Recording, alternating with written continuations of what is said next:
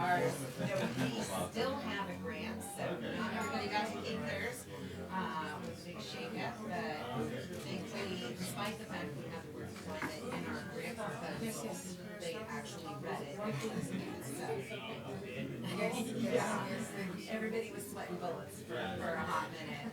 Well, the grants are reimbursable, so you have to outlay the cost. So there were people that had spent $1 million on a grant that submitted for reimbursable.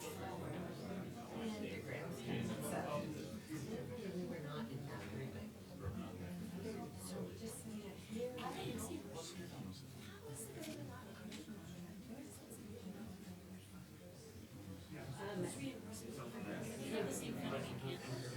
So we didn't operate yet. No, I know that's what the government would say, hey, if you guys have a project, they sign on. I don't know how that's gonna work on reimbursable, but they canceled it. So, Hopefully the farmers will invest in will give us money. yeah, yeah. Hopefully. So these are our operating items. Yeah. Those are actually good through the.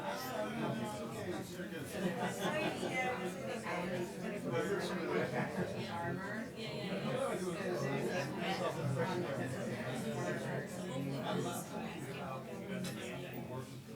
Yes, gotcha.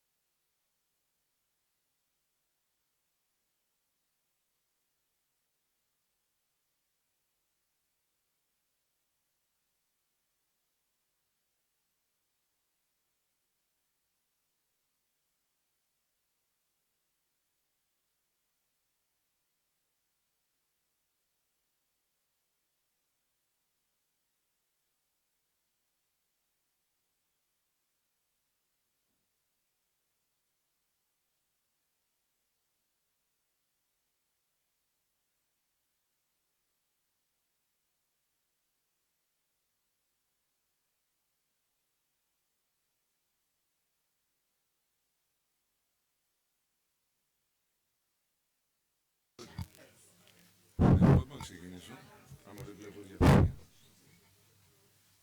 Κάτσε να στήσω. Χάνουμε από το χρόνο παραγωγής μας.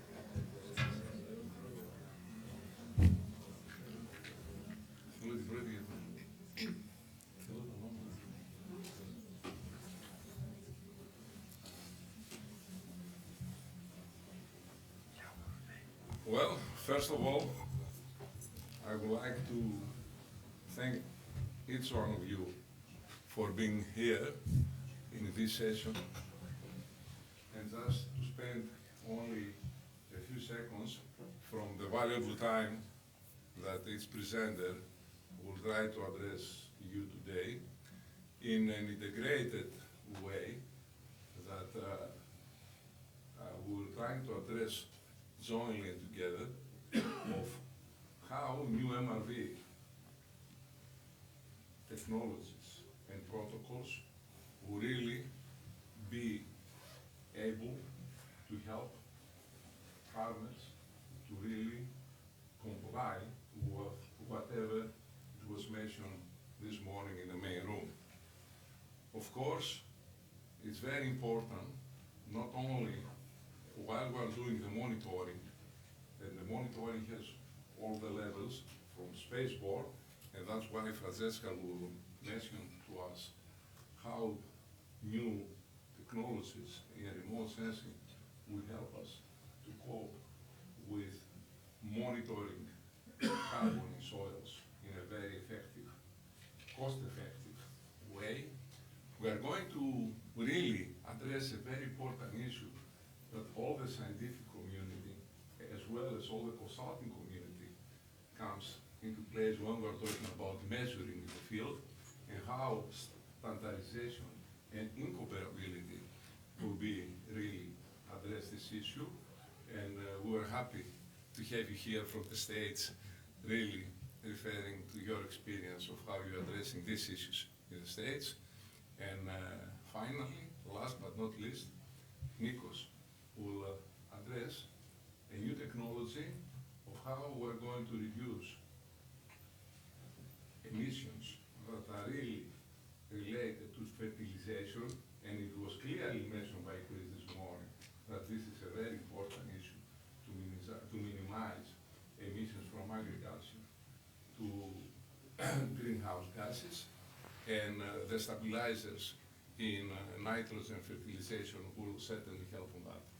Having said that, I would like to introduce you the panel, which is Giorgos Galanis from the Inter-Balkan Environment Center, who say about integrating MRV technologies and incentives to reduce N2O emissions, make agri-food supply chains green together, who will be presented by Nikos Velis, establishing project-based for robust carbon claims using satellite data, who will be mentioning, as said, by Frederica, and Penelope, it's a very good Greek name, who will refer to standardization procedures in order to validate innovation in agriculture systems.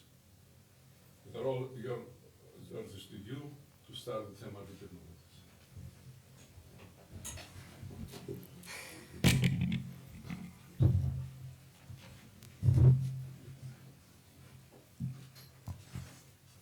Hello everyone. I'm George Galanis. I'm an agronomist from the Inter-Balkan Environment Center, Greece. Nice to be here with all of you. The first slide, please.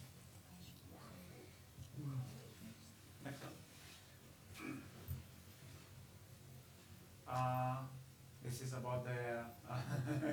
You can select about each one of you about your background, etc. Using the QR code, just like we did before in the main hall. Let's give 1 minute to everyone to get the QR code and reply to the questions.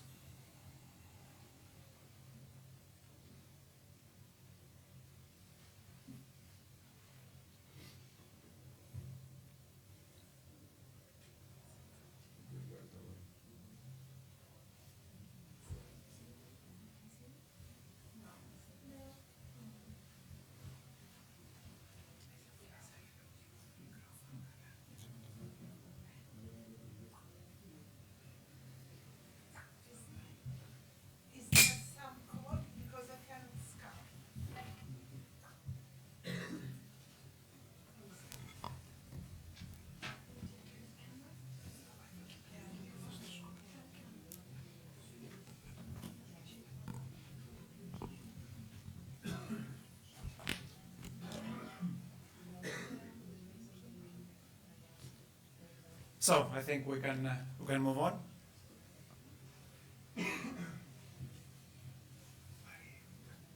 So here you can. Okay. So this is I'm going to present you the integrating MRV methodologies and incentives in order to reduce nitrogen oxide emissions in carbon farming. Next slide, please. This is the whole value chain that concern us.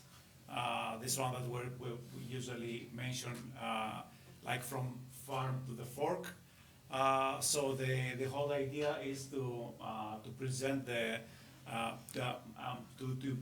to present and develop methodologies and tools that will serve this chain from farm to fork. Next slide.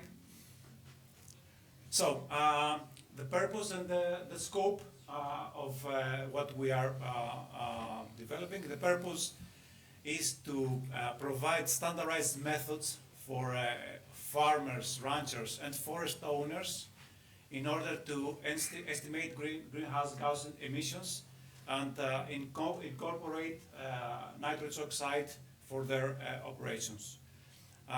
To estimate the nitrous oxide impacts of current and future conservation practices and assess performance of relative programs like soil health. The methods that we have to develop to be aligned with the international greenhouse gas inventories where appropriate, allowing farm level data to be comparable to national estimates, and to serve as the scientific basis for the greenhouse gases estimation tools. The scope of this was to develop a cost-benefit methodology that will focus on-site to evaluate the emissions and sinks and support the top-down validation of this. Next slide. So the key drivers of greenhouse gas emissions from soils, we can see in short here. We have the land use and land cover. We have the temperature, the humidity mainly from the climate factors, soil nutrients, and the type of vegetation. Next slide. So why are we focusing on the nitrous oxide? In short, what we know is that the nitrous oxide it is 273 times more potent than CO2 in terms of its heat trapping ability. And secondly, because the agriculture sector is the main responsible from the global anthropogenic nitrous oxide emissions, because 60% of those emissions came from the agriculture sector. The key drivers of the nitrous oxide emissions in agriculture soils, they have to do with soil moisture. The most there is moisture in the soil, and the most it remains in the soil. This leads to denitrification and nitrous oxide production. Soil texture, when we have coasted sandy soils, these tend to have lower nitrous oxide emissions than the more compact, more clay soils. The nitrogen inputs, it has to do with the fertilizer. The more synthetic the fertilizer is, it can lead to greater nitrous oxide emission. And the tillage that can actually affect the structure of the soil thus can affect the aeroization of the soil and the soil moisture of the soil, and in this way affect the emissions of nitrous oxide. Next one. Key points in developing this MRV framework in the context of carbon accounting and certification are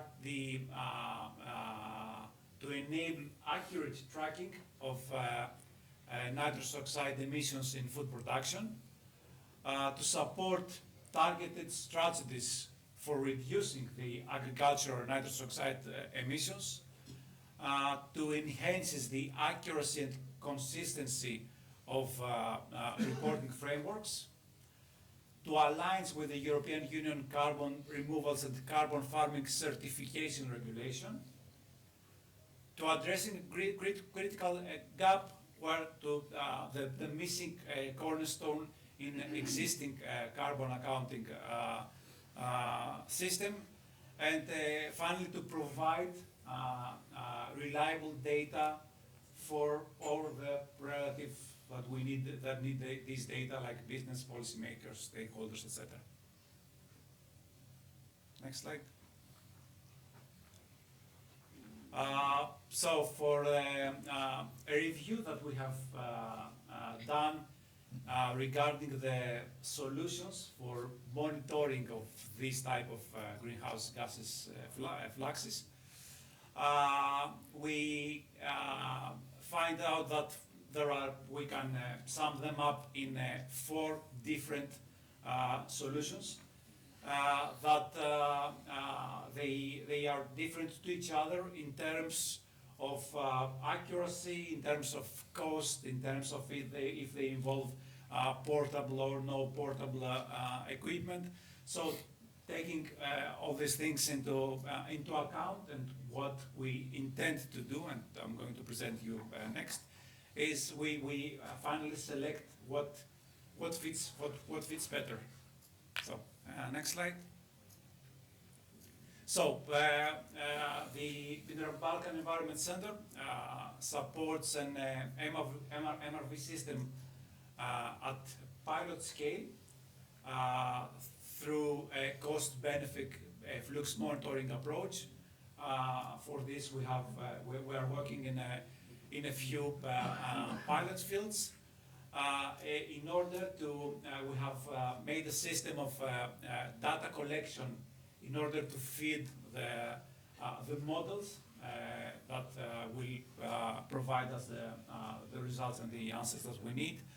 And the data, in order to feed these models, we get the data from in situ soil sampling, from monitoring of fluxes in canopy level, mainly in trees and tree cultivations.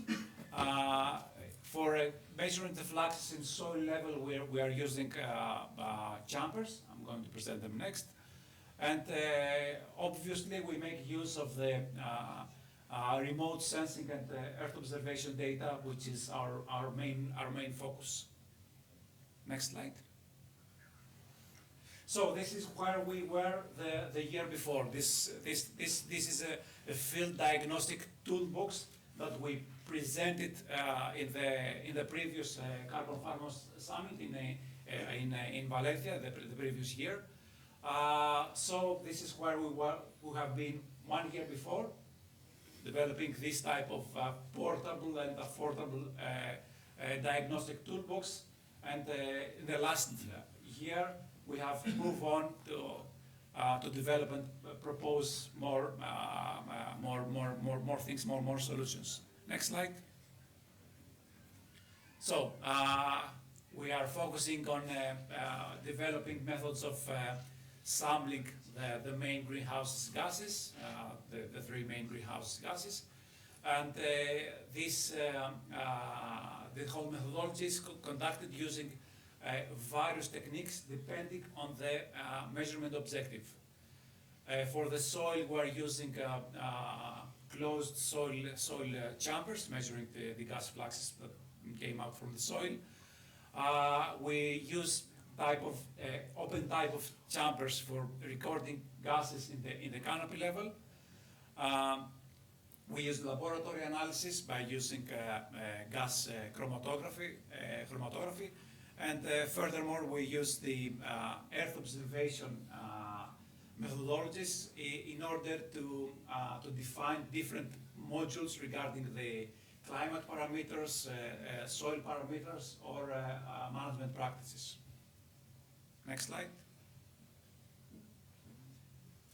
These are the methodology that we use to measure the soil, the fluxes from the soil with this type of closed chambers that we put them in a selected points in the soil and in the selected time within the cultivation period. In order to, in this chamber, we collect the emissions from the gas emissions from the soil, and in a selected time lapse, we are measuring the concentration of these gases in order to convert this type of concentration in fluxes. Next one. At the canopy level, the idea is more or less similar to the one that we apply in the soil level, but we are doing the sampling at canopy level using the techniques of passive sensors, type of NDIR sensors, that they are placed at different heights within the canopy. With sampling tubes, we collect air samples in order to make the laboratory analysis. And the idea is to have at least on our pilot fields, we have at least one station of this type. So we get for the whole year, we have a continuous recording of the fluxes at the canopy level. Next slide. The NDIR method, non-dispersive infrared method that I have already mentioned, it is used to measure the three main gases. It is based on the absorption of the specific infrared wavelengths by gas molecules. So the idea how it works is that an IR light source emits radiation through a gas sample. A filter allows only the wavelength absorbed by the gas to reach the detector, and the detector measures the decrease in radiation intensity that it has to do with the gas concentration. So in this idea, we measure with different type of accuracy, carbon dioxide, methane, and nitrous oxide. Next slide. The advantages of this method is that it has a high accuracy in CO2 measurements. We can get continuous and real-time measurement. It's not affected by other gases when proper filters are used, and it has a long lifespan and low maintenance costs. Disadvantages is that it's difficult to measure nitrous oxide with this methodology because it can't measure nitrous oxide at low levels. And the sensors can also affected by a little bit extreme temperature or humidity. And it's more expensive than other methods of, for example, the electrochemical sensors. Next slide. The gas chromatography that we use in the laboratory is more accurate, but more expensive as well. So the idea is that we use a combination of those two. We use mainly the sensors that I have presented before, and we use the laboratory in order to validate the sensors and to know that we're getting good results from the sensors. So the laboratory isn't our our main principle in terms of measuring. It's our main component in terms of validating the sensors. In the laboratory, we get the air samples from the chambers using syringes or bags. We transport them to the laboratory, inject them into gas chromatography, and we can, with gas chromatography, we can measure the three selected greenhouse gases. Next slide. This is the type of equipment that we have in the laboratory. It can work with two different type of sensors or methodologies, each one with for specific purposes. Let's not get into detail into this more technical aspect. Next slide. So this is more or less how it works with the two different type of methodologies. And next one. And these are the advantages and disadvantages of the laboratory methodology of the gas chromatography. The advantage is that it has a higher sensitivity. It can detect low levels from nitrous oxide, methane, and CO2. It can make use of automatic sampling, so it has the ability to hunt multiple samples with one autosampler. It has good analytical accuracy and reduced operating costs. Let's hope that the screen is not turning off. The disadvantages of this. Thank you. Yeah. It is a higher cost of buying the equipment. The one sensor, the FID sensor, requires hydrogen and air for the flame operation, and it requires also training for the proper use and maintenance. Next slide. So, let's say the whole idea is how we collect our data in order to feed the models. The data that we collect, they are in these 4 different categories. We collect data, climate data, data of agronomic management, soil data, and data of air chemistry. So for each type of data that we collect, we have made this type of categorization in order to get the indicators that we need to measure, which is the temporal and spatial resolution of each type of indicator, and which are the source that we can actually get this type of measurement. So here in short, we present for all these indicators that we measure this categorization in these four categories. And next slide.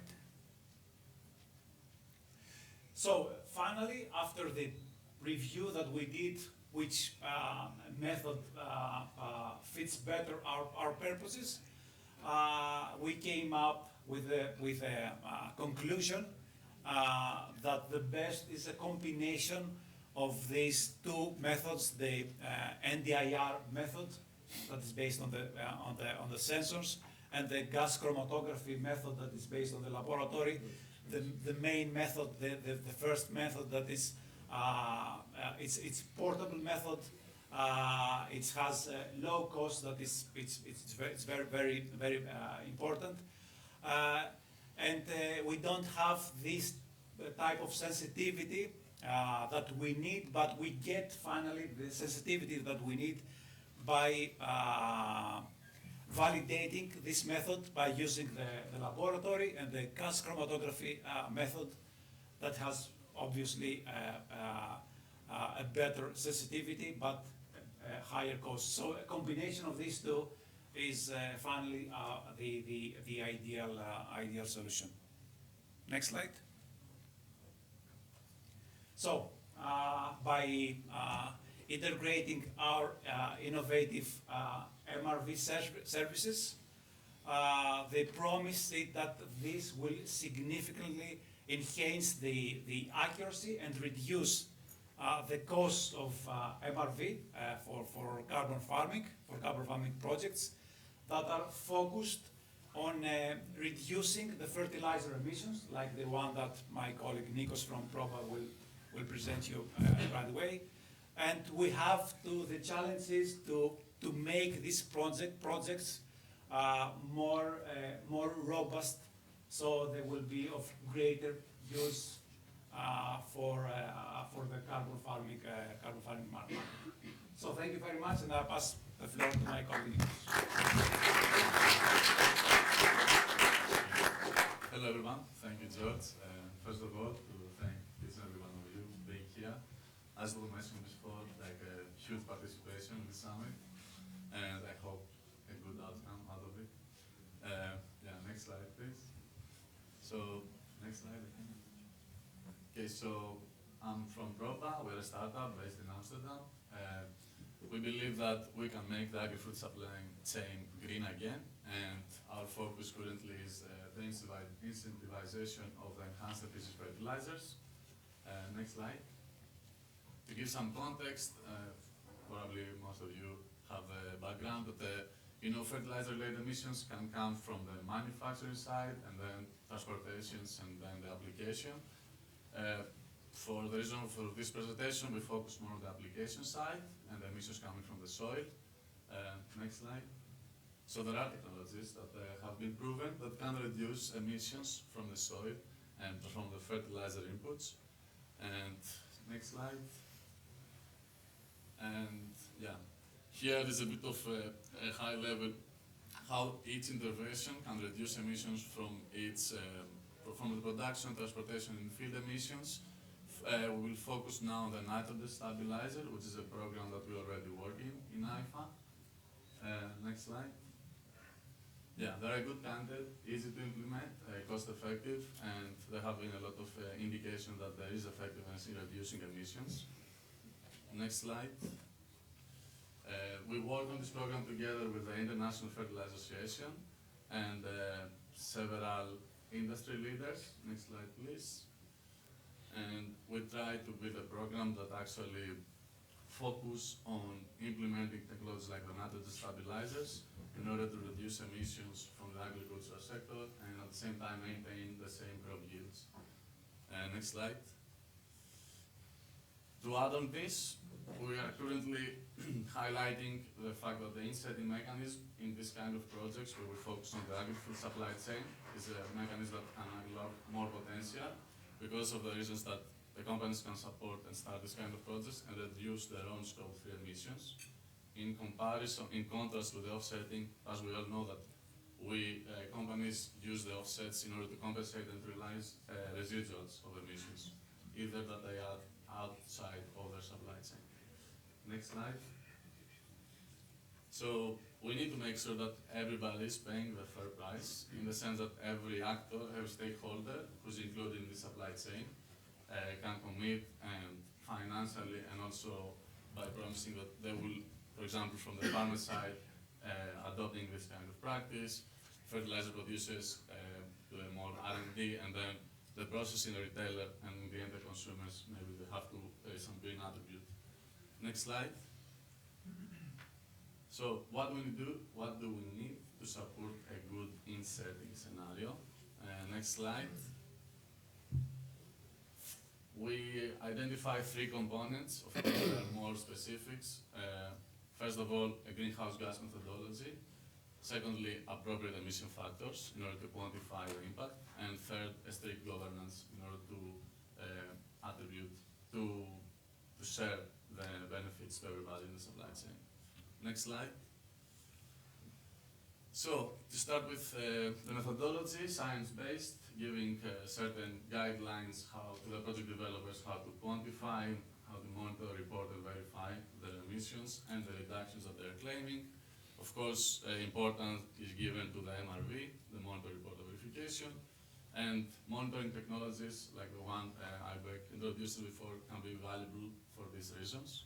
The methodology that we're building right now, it will be for public consultation mid-April, so I welcome every one of you, if you could provide some feedback, some comments on the methodology.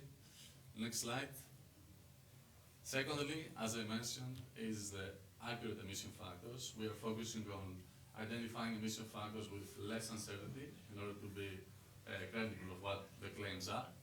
And actually need to reflect the real world conditions, because we know each project, based on the location, the specifics, based on the soil, the mean precipitation, mean temperature, the emissions, and the reduction that can happen can vary.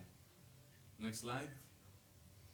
For now, what we are working on, we start with data collection, and we're focusing on building a database which actually collect data specifically on energy stabilizers for now. What we have, the scientific environment, of course there have been studies, experiments focusing on that.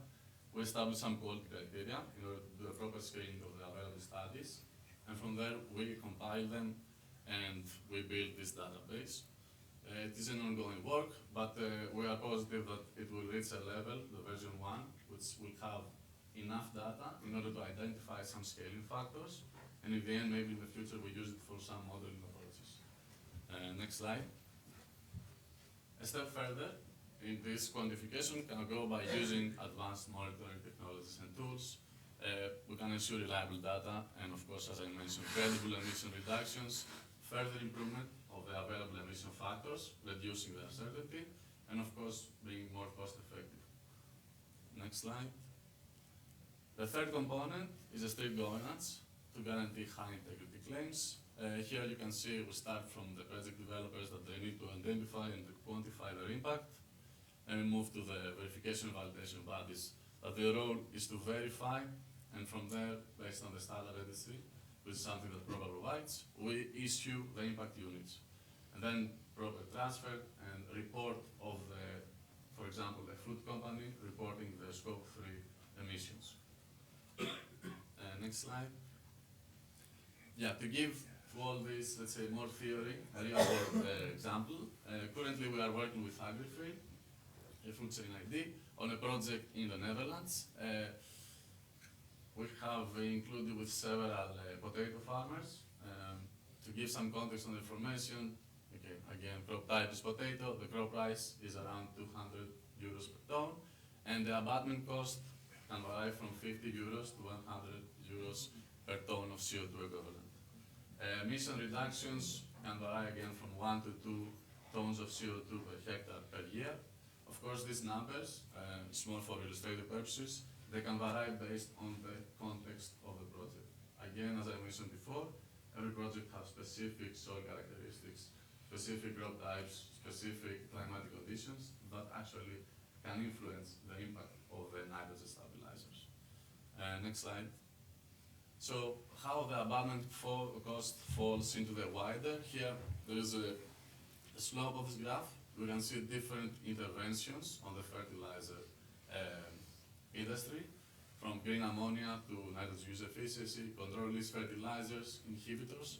In Proba, we believe that is an affordable intervention, and we promote its adoption. Next slide. Here we have a comparison between different mitigation approaches.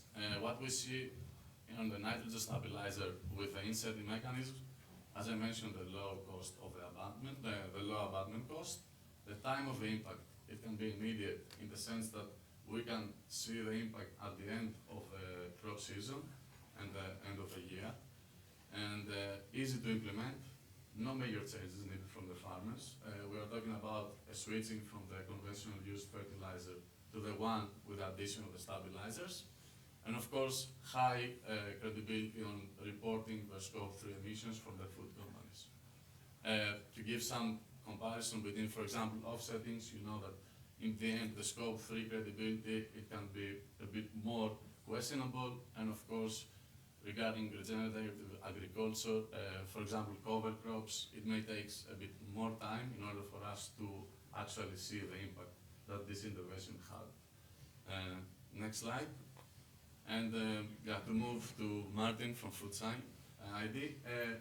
Really important, we need appropriate verification and validation of these greenhouse gas projects that experts can provide and make the projects more credible and event issue impact units that actually matter. And Martin, if you can continue. Yeah, Thank you so much. Thank you, Nikos.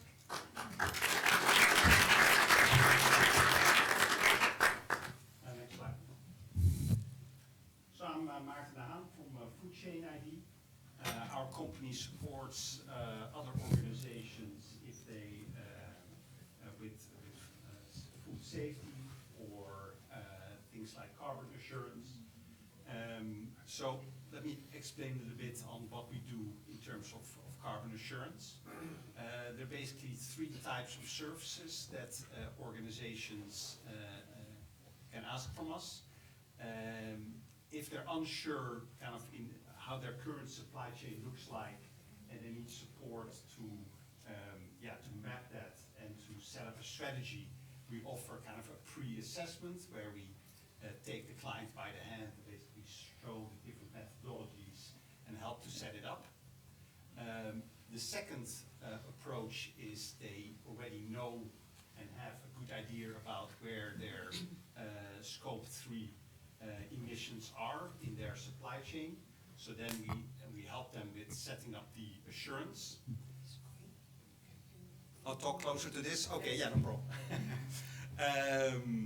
So then we help them with that aspect of setting it up.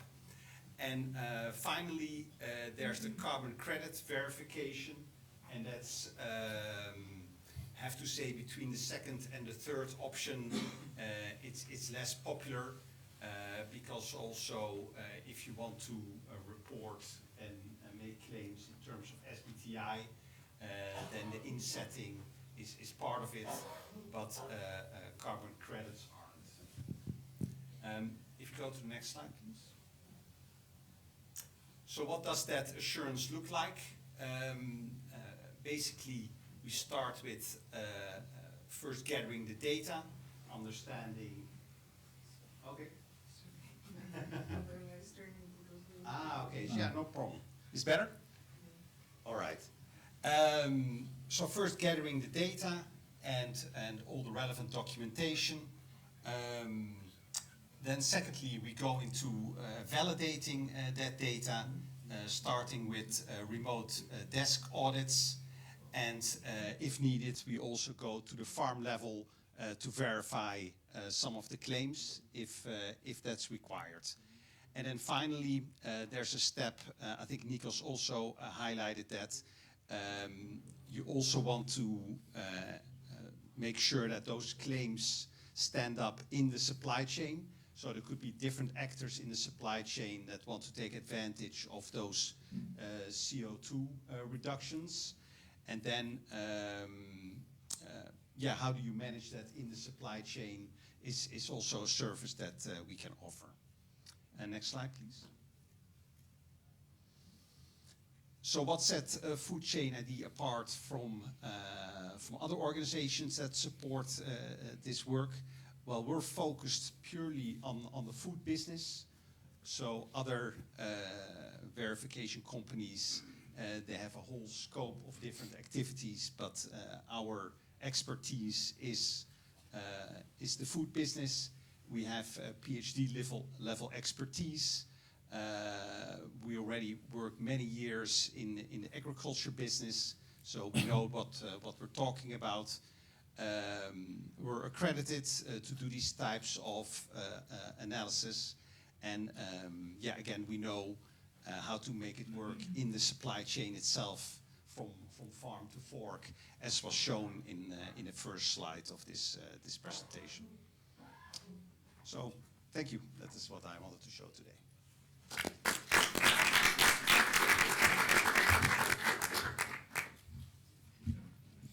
Thank you so much. Can I have the slide, please? Okay. Okay, so good morning, everyone. My name is Federica, and I'm representing Up to Earth GmbH, which is a German company. And today we have already heard about carbon claims and a lot talking about Earth observation.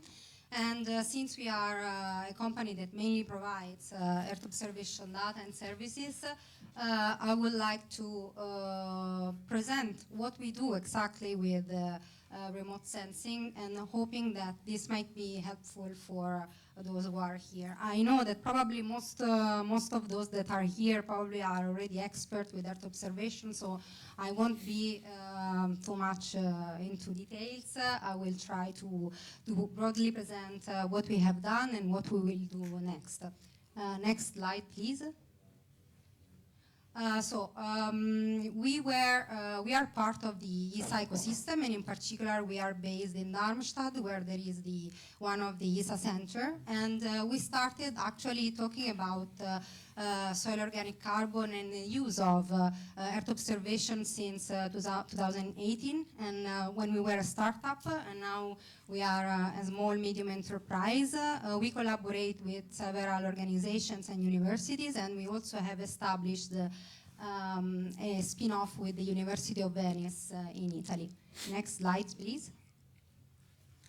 Okay, so I need the QR code. We just want to have an understanding about what do you think about Earth observation for carbon farming. So if you can show the QR code, please, for the Mentimeter.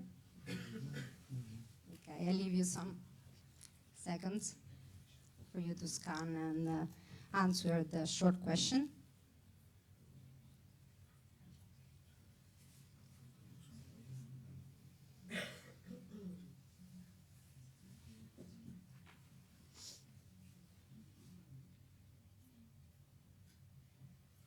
Not the right code. And next QR code, I think it's the same QR code of before. I know you have to scroll down, they say. Okay. It's always the same.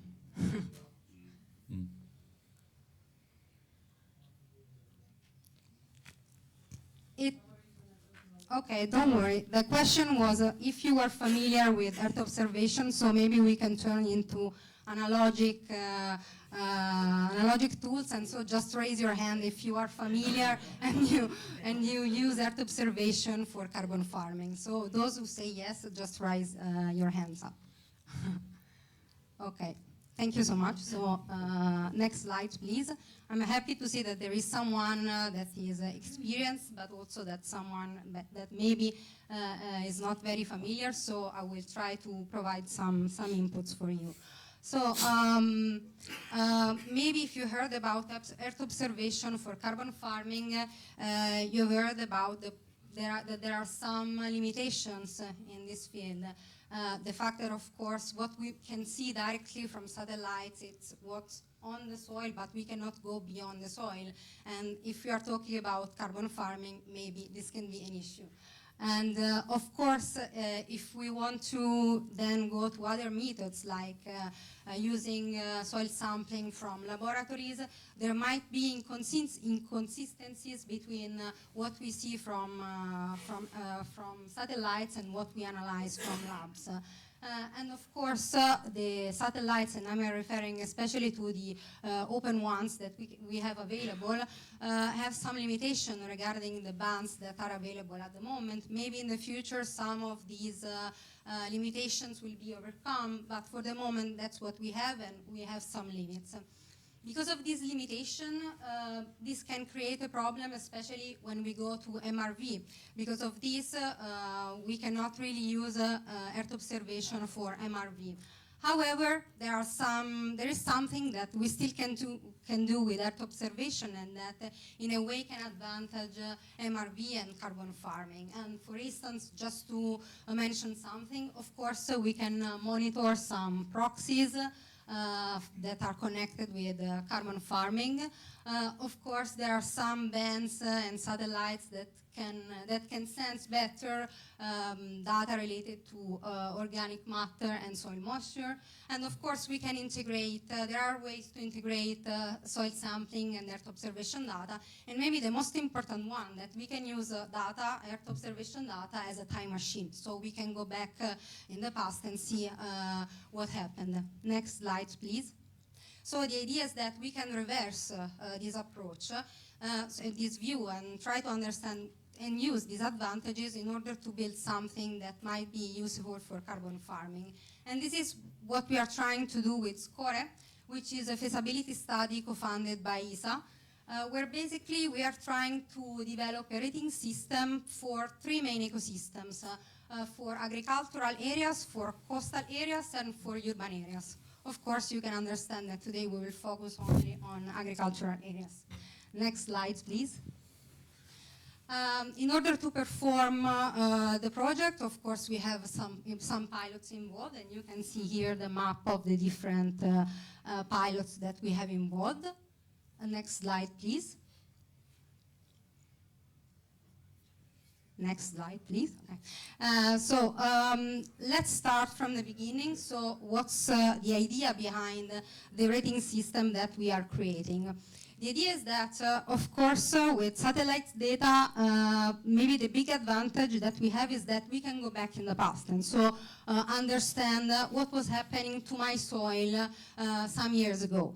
So the idea is that I can set baselines maybe for my carbon projects, not only taking into account where I can monitor and see now at time 0, but I can also see what was happening in the past, and therefore with the auxiliary of artificial intelligence also to predict maybe how my soil is going to behave in the future. Next slide, please. And basically this is the idea of that is at the basis of the rating system that we have created. It's not readable very well, the new, but it's a new compared to what maybe I have presented in other presentation, because hey, hi. So because we have worked, of course, with the different pilots, and so we have updated what we have done. And basically, the scale is divided into 3 main moments. So we appoint scores based on what happens to your soil in the past, what happens in the present, so the time 0, let's say, and what will be in the future. This system takes into account several elements, indicators. So we consider vegetation indexes, we consider evapotranspiration, how the stress of the plant's phenological cycle. We consider elements connected to the soil, if they are available, taking into account, of course, data from soil sampling, otherwise from available data set connected to soil texture. We monitor above ground biomass and then the organic matter. So, and of course, we correlate everything with some other auxiliary data like geometries, climatic data, and so on. So, all these complex systems that we have developed can be synthesized into a scale, basically, of colors or simply letters. Next slide, please. And you can see here let's say a representation of how the maps will come. Maybe I will come here so it's easier for everyone and also for me. So you can see that basically what we have done is to map and also to represent the different plots according to the scale. And what do they represent? I don't know why the third one is blue, but it should be yellow. In any case, you can see here that these colors and these letters, basically they should give you an idea of what is the situation of your soil, of your plot in this case, what is their capacity of storing soil organic carbon, and also what is the capacity for them to host carbon projects. So usually lands that are located in A are those that have already almost reached their capacity to store soil organic carbon, and this is associated usually with forest or with grassland in a very good condition. Then we have plots that are located in B or C, usually permanent crops that have a good soft content, but at the same time they also have, they still have the possibility to perform some carbon projects, even if not limited. And probably the most important class is the C class, where we see mainly rotational crops or plots that host rotational crops that basically they have a moderate stock level, and so they are the suitable ones to host carbon projects considering the cost benefit ratio. Then we have the two lower classes. These are those that have the lower amount of stock, and actually it doesn't mean that they cannot host carbon projects, just that they need more investment because maybe some agricultural practices needs to new agricultural practices needs to be performed. Next one, please. So what's the advantage of this methodology that is based on Earth observation? The fact that we have a global coverage, so we can apply this methodology anywhere, that we have time series, so that we can go back for sure 5 years, since 5 years ago, and in some cases even 10 years ago. Weekly updates, it depends on the revisit time of satellites that goes between, let's say, 6 and 12 days, depending, of course. It's a standardized methodology, so it's a method that we have developed, but at the same time it can be customized with the integration of soil sampling, if available, or any other data that the farmers or anyone has. And it's low cost because it's mainly based on Earth observation and in particular on open source satellite data. Now that we have developed this system, what are the applications that we have seen? We have identified two main applications. One is for the baseline definition, and the second one is for monitoring the carbon project. Next one. So, you know the definition of baseline, but I just want to review it together with you. Basically, the idea is that we have a net carbon removal benefit when this is something that goes above the baseline, and of course we remove the gross, we remove the, let's say, the emission that are produced by the activity that I'm performing. And so why we should focus on baseline? Because when we set the baseline, this gives us a lot of useful information for carbon farming. So first of all, we have the possibility to monitor the emission, then to define what's the additionality, that is one of the most important factors to address, and also, especially if we have the possibility to go back in the past, also to understand if there was greenwashing in this location. Next slide, please. So let's stay on the baseline. So if you recall the previous idea, so the fact that we can integrate to data that I collect now with data that I collect in the past, this means that now I can set the baseline not really at time 0, but at time 0 - 5. So it means that the baseline that I consider, that I set now, not only take into account the moment I decided to start my carbon project, but also what I did before. And we believe that this can be very valuable, especially for contrasting greenwashing, and to ensure especially that the first movers, what are called the first movers, are recognized and give recognition compared to those that maybe have decided to apply some agricultural practices in order to reduce the baseline. Of course, since we are using satellite data, we have the possibility to develop a baseline at project-based level or even at plot-based level. And also we have the possibility to distinguish between what are the different variation connected to the specific crop. So maybe it's a rotational crop, so of course there are some periods where you have bare lands and another period where you have, I don't know, some other crops that are useful for nitrogen reason. So this variation can be detected and differentiated compared to something that is directly connected maybe to the agricultural practices that I'm performing, and so to the carbon-related variation. Next slide. And also this can be used for monitoring purposes because of course I can monitor the trends of carbon sequestration capacity over time.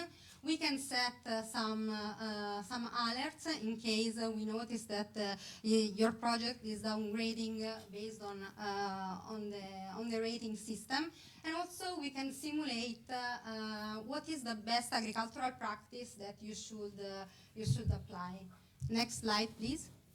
So regarding the baseline and in general, the information that we have collected about also during the project, basically we have developed this dashboard, which you can see also because it's available in the poster, where basically you can have the possibility to test what I've said. And this is basically an example of what we did in France. So the idea is that if you are a French farmer, maybe you can take this map and check your soil and basically try to understand, according to the scale, okay, what's the situation now of my plot? What can I do? Can I do a carbon project? So here you can have some indication about your plot. You can see here that there is the classification that I showed before with the description, more accurate, of course, than the ones that was for graphical purposes. And then you have some other information regarding your plot. So you have some information about your crop type, and also about the residual biomass that is in your plot. And we believe that maybe this can be helpful for biochar purposes. Next slide.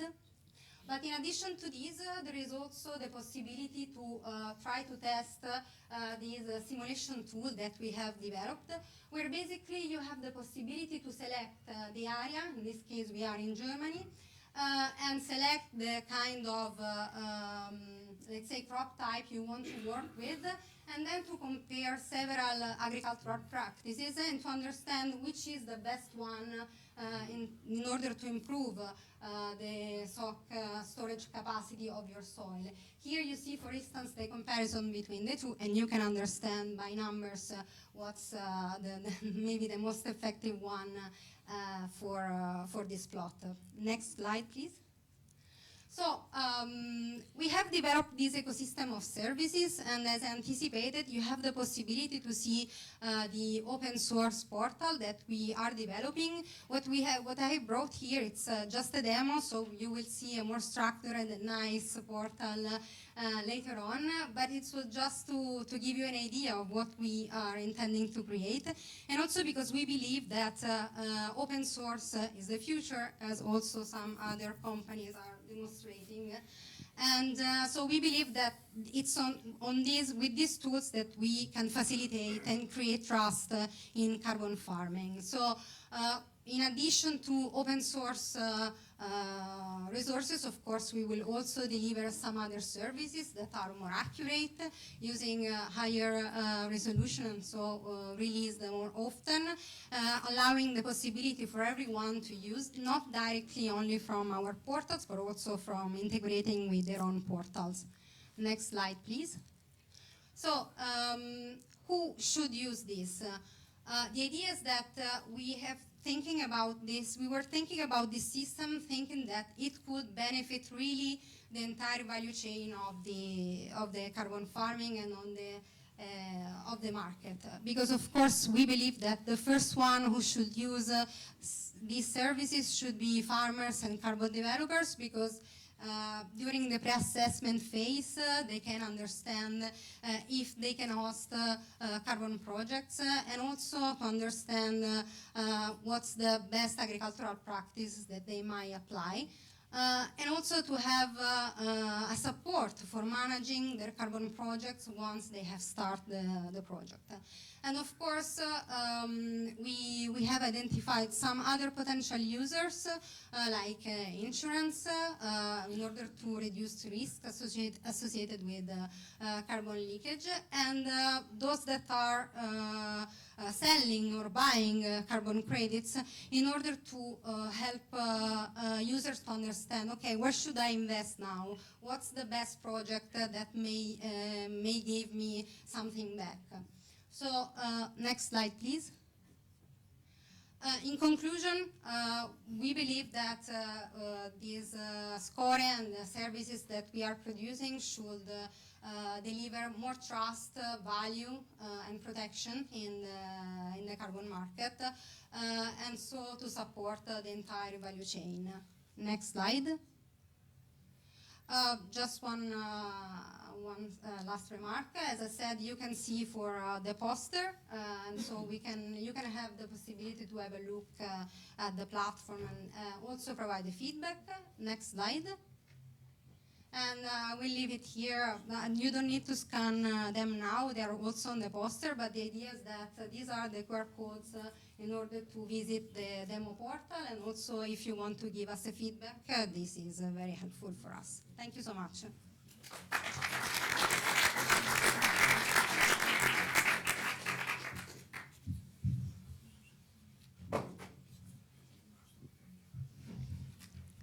Well, thanks everybody for coming today.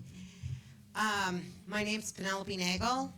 You might be thinking to yourself, why is there a woman from California at the EU Carbon Farming Summit? Doesn't make a lot of sense, does it? I'm actually here on behalf of the IEEE and the Geoscience and Remote Sensing Society because, next slide, or first slide.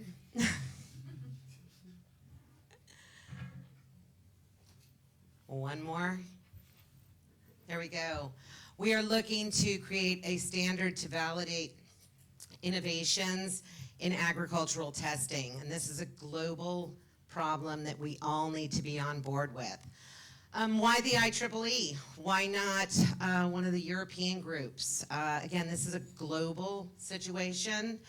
The IEEE is a public charity. It is the largest international organization that basically is about professional and is dedicated to advancing technology to benefit humanity.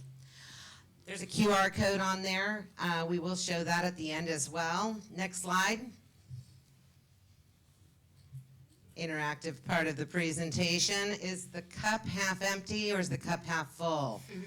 Let's go with, is the cup half full? Who thinks the cup is half full? Who thinks the cup is half empty? All right, and how should we measure that? Anybody have any ideas? We've got people from all over Europe here. How should we measure that? Constance, how should we measure? Okay, well, I'm going to let you know that everybody that voted, the cup is entirely full. The real question is, what is it full of? And that's what we're here to talk about today. Can I get the next slide, please? Okay, look at what we're measuring. When we look at greenhouse gases, most of the air is full of nitrogen. What we're actually measuring as far as greenhouse gases is extremely small.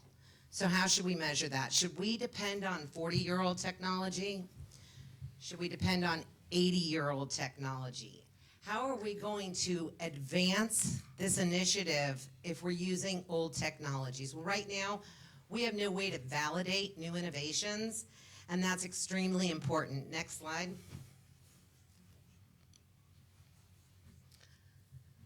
Okay, well, what we need to do is we need to unite diverse governing bodies meaning we all need to work together. So it's not just Europe, it's not just the Americas, it's not just Oceania, Africa, Asia, it's all of us. So in order to make true change, we need to be working together. And again, the IEEE is the perfect organization to do that because we have no bias, we have no political affiliation, and we are a global organization. So when we look at that, we basically need to look at the challenges facing carbon credit verification. Next slide. So right now, there are a number of things. We need to have data. It needs to be available.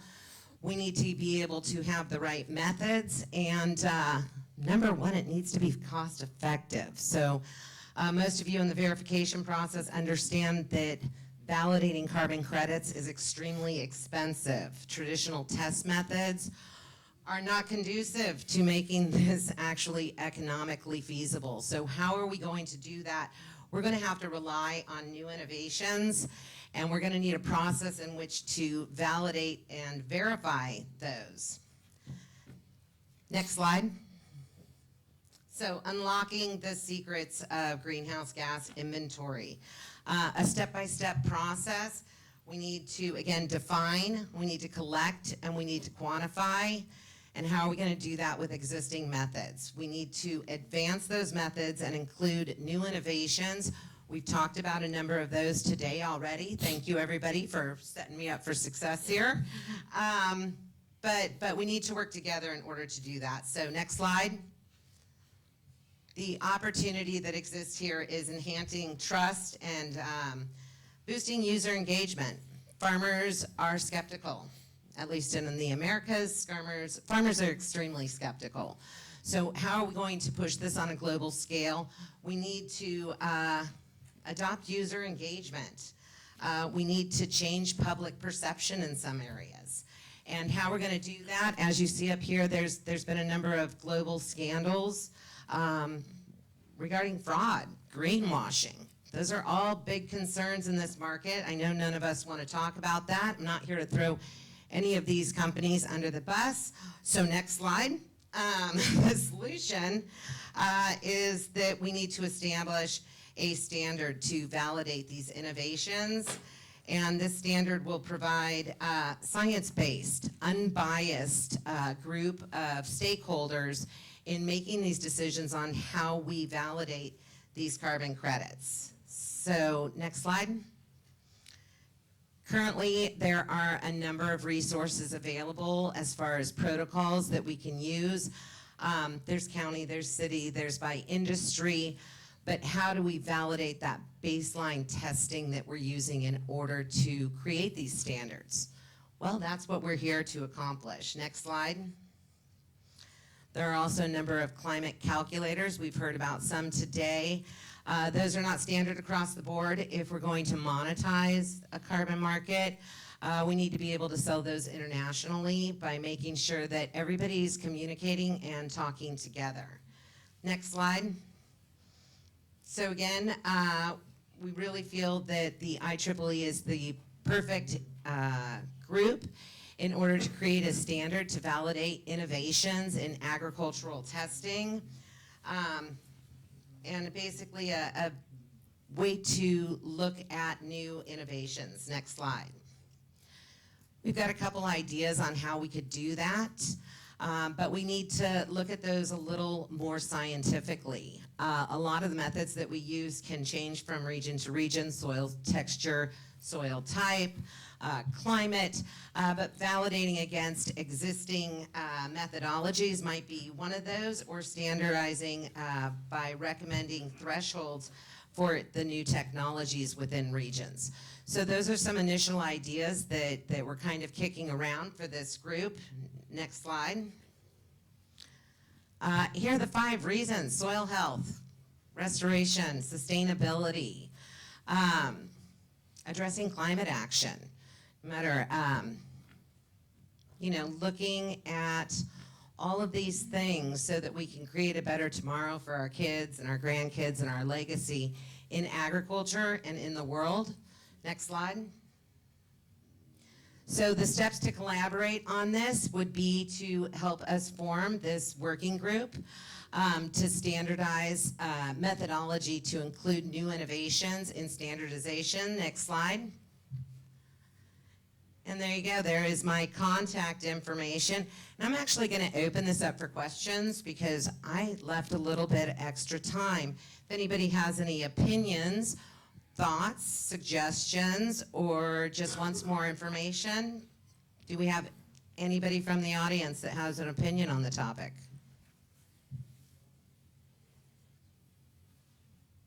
For you or for the whole panel? For me or the whole panel, but I've got the microphone, so. I'll ask one. How do you think that we balance all the trade-offs in terms of making anything scalable? Because that's critical for our level in terms of accuracy and scalability.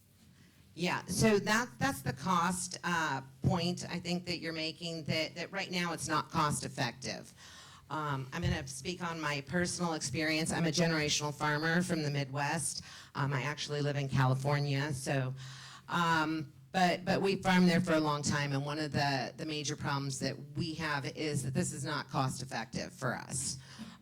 Some of the methodologies that have been proposed, again, in the Americas, are not cost effective for the farmer. So why would the farmer participate in something that's going to cost them more labor and more money for something that they might get in the future? So that's a huge problem.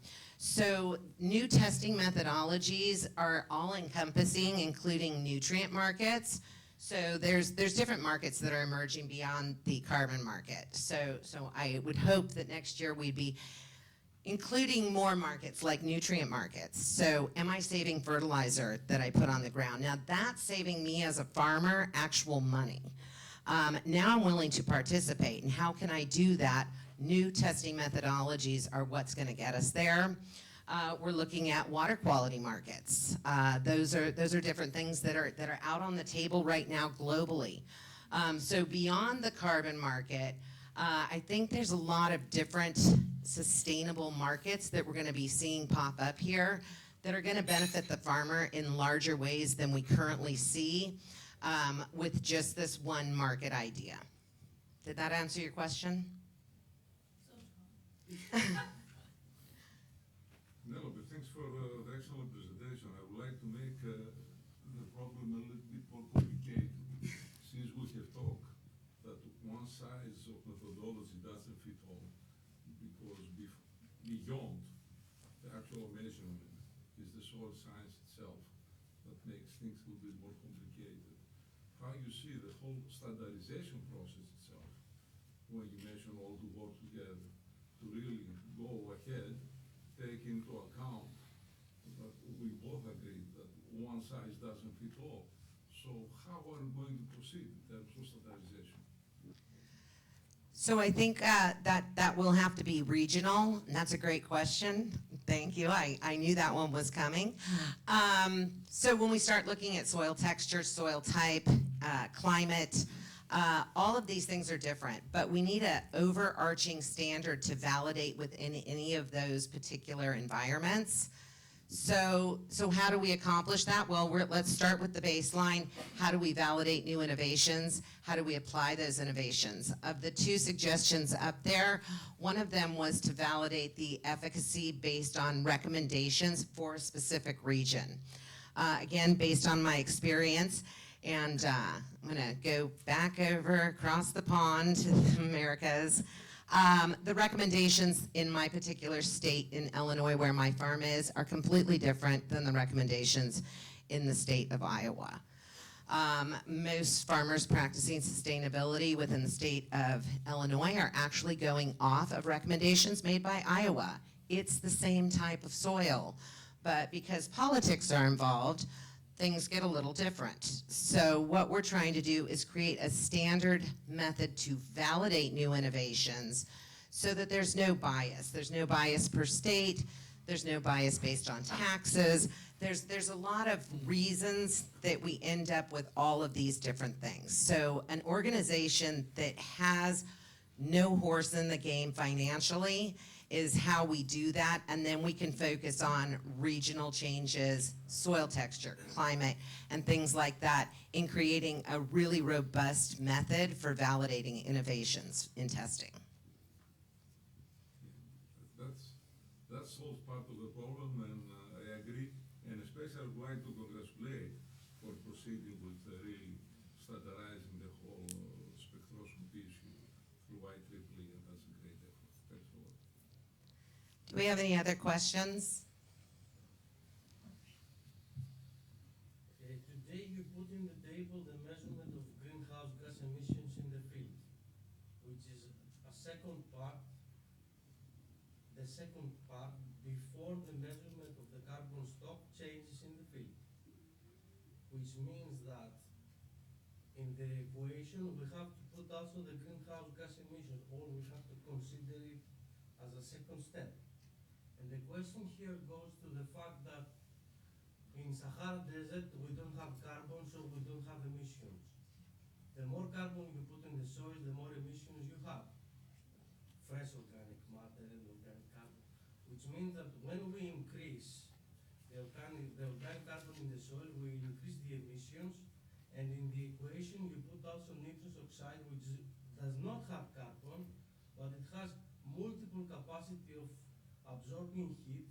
So if you make the multiplication about the carbon credits, at the end the farmer, he has to pay, not to get money. Because he is putting carbon that emits greenhouse gas emission. So in the context of carbon credit market, how we could confront this problem?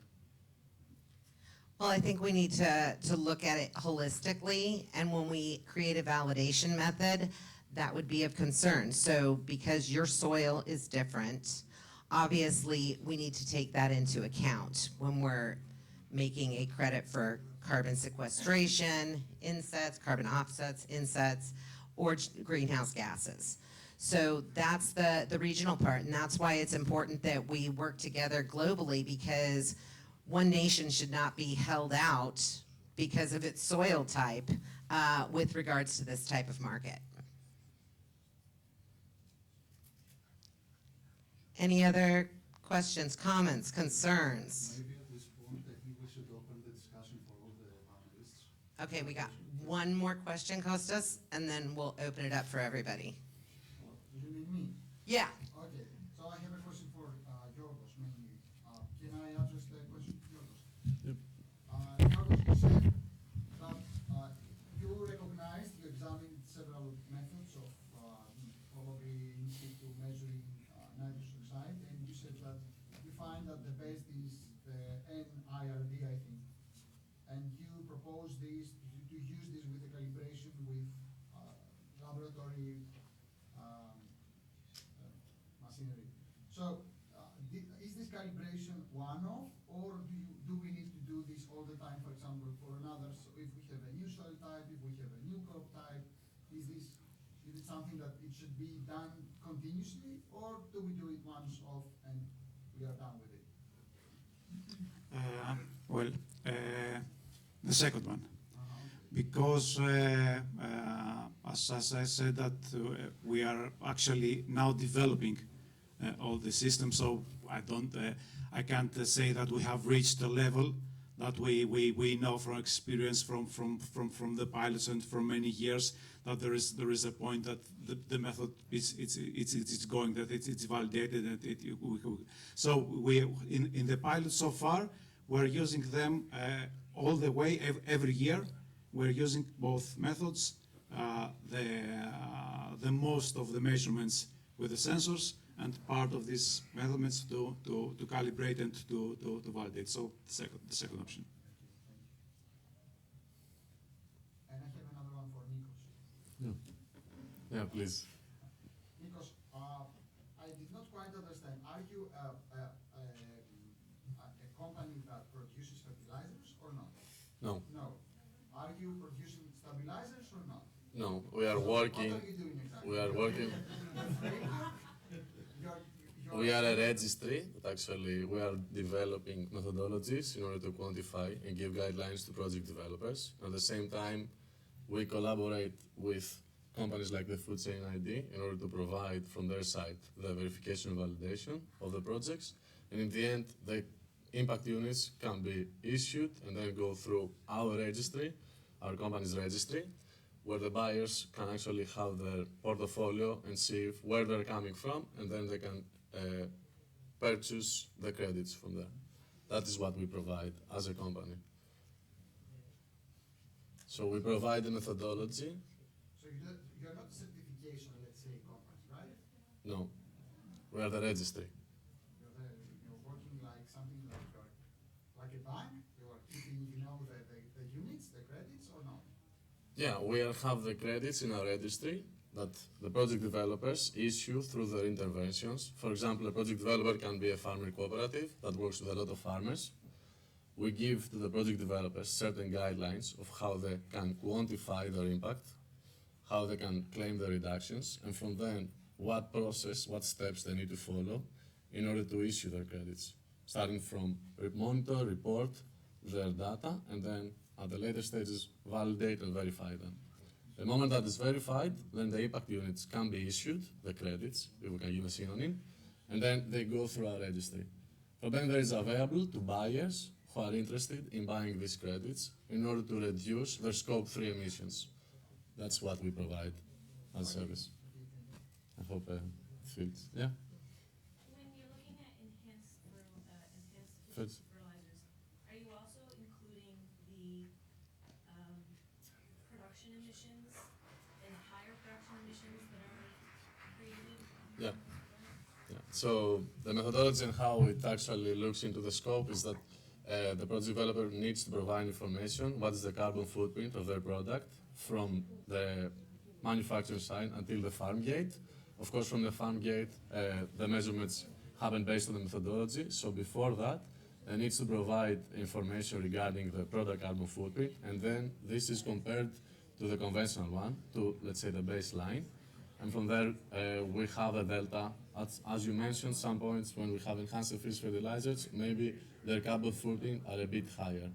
But from this difference, the application side compensate even more on this delta, and you can actually have reductions. And you actually have the production emissions from the companies? Yeah, we ask for the project developers, of course, to provide proof from the fertilizer company that provides the stabilizer, for example, or it can be control release fertilizer, whatever enhanced efficiency fertilizers. They provide information, approved LCAs, life cycle assessments, and they provide the reports in order for us to quantify the difference. You've successfully got this data because I know it's a bit tricky. Especially the stabilizer one, by itself, as a compound, it has a super low carbon footprint. So the difference between a fertilizer and a fertilizer that actually the stabilizer have been incorporated in is not big. So sometimes we even need to depend and cross-verify the data they bring us to available studies. How do you validate the emission reductions from those stabilizers?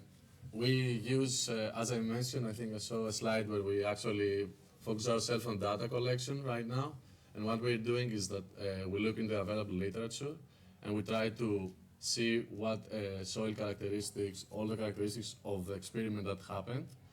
And then we try to correlate it with the actual project and the real world conditions. And we try to be as close as we can be to the reality. Of course, the emission factors we use, they have uncertain ranges. We always keep it conservative and we go to the lower range of the reduction.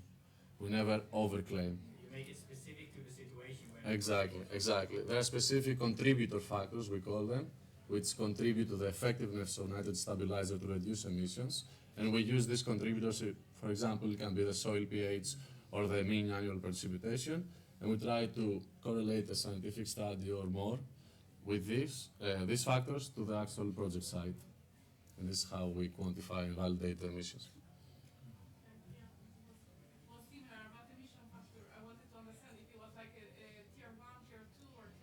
We are looking into the tier 2, which is making more regional specific and more project specific, I would say, because every region has, inside the region, you can have different characteristics of soil types. So we look into the specifics of the projects. We are going from tier 2 to 3, but of course we know tier 3 should be like data coming specifically from the project side. And this is where we can actually go a step further and use technologies like the one our contributors here, the co-session organizers mentioned in their presentations, that they can scale up our projects and have more accurate emission factors. Yes? There is no stupid question.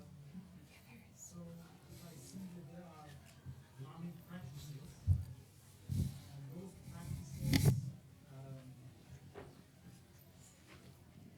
so let's say nitrogen reduction is a practice that may be supported by the framework you are proposing, but then a farmer is also implementing cover crop that maybe is supported by Vera or somebody else. Yeah. So my question is, now this farmer would use two different projects? Yeah. And in outcome, how do you... Yeah, I understand your question, that there can be more than one interventions on the same field. So for example, the farmer can actually register with Vera to do a cover crop and with us to do a stabilizer intervention. And in that case, it has to be in a different project and different registry because there's no, Then when you integrate. So when you distribute the outcome, how much goes SOC sequestration goes for N, how much goes for cover this is crop? based on the quantification. Of course, if I welcome all of you to look at our methodology, we talk about doing more than one intervention. It needs to be shown scientific proof, and we need to validate that these different interventions, they don't interact antagonistic with each other. And each intervention will have its own quantification by itself. Okay. So if there is an intervention between them... Thank you very much for understanding my question. Yeah. Maybe we talk later about it. Yes, and we'll be here. Okay. Thank you. I was wondering, how do you ensure traceability between the company all the way to the field operation for the units in setting? Traceability. Yeah. Yeah. So currently, it was not in my slides. We are making a guidebook, we call it, where we give specific guidelines throughout the whole supply chain, how and where they need to provide proof in order for us to see that the green attributes are actually moving to the right way. So everybody can claim the fair share of this intervention. Yes.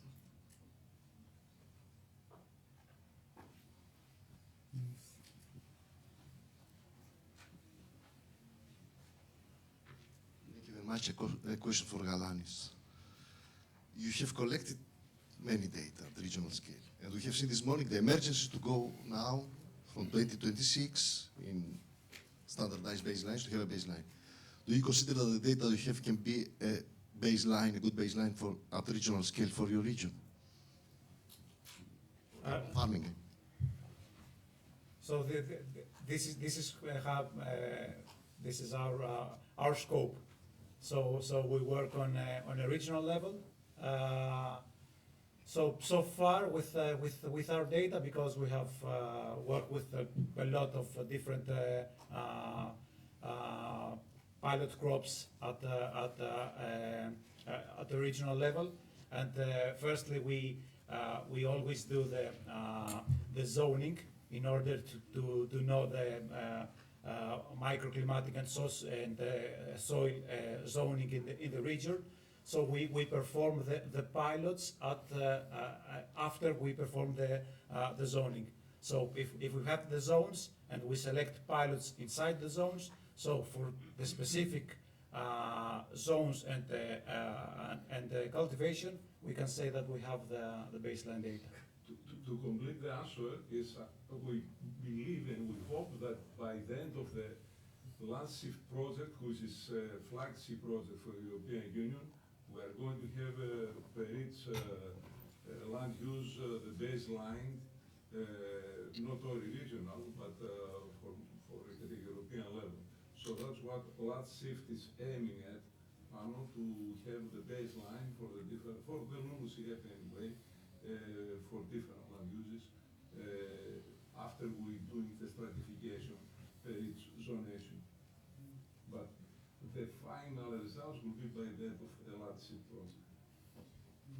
Can I add something on this with the Landscape project. Yes, it is on regional scale, but the operation is on living spaces. So we are now we are about to we have started to organizing the living spaces, which are living labs in a regional level, with all the data management in a regional scale, with regionals as not only as partners but as leaders of living spaces. So also this project is selected for policy recommendations about the upskilling in a regional level with all these databases. And what we presented today is how from the last year we are focusing on pilot level and produce data in a real life context with farmers, because our pilots are not experimental, are real pilots, and in the living lab. And we trying to make operational this real life context and produce data, cost benefit data. Yeah, just this. Okay. We have another questions. I think we have time for maybe one, and Thank you. So first question for Nikos and one for you as well. Do you do any benchmark with your different calculation methodologies between themselves? Sorry? Do you benchmark your calculation methodologies between themselves or not? Between? You have different calculation methodologies, okay? Do you benchmark them? Currently, you mean calculation methods based on the emission factors? Yeah.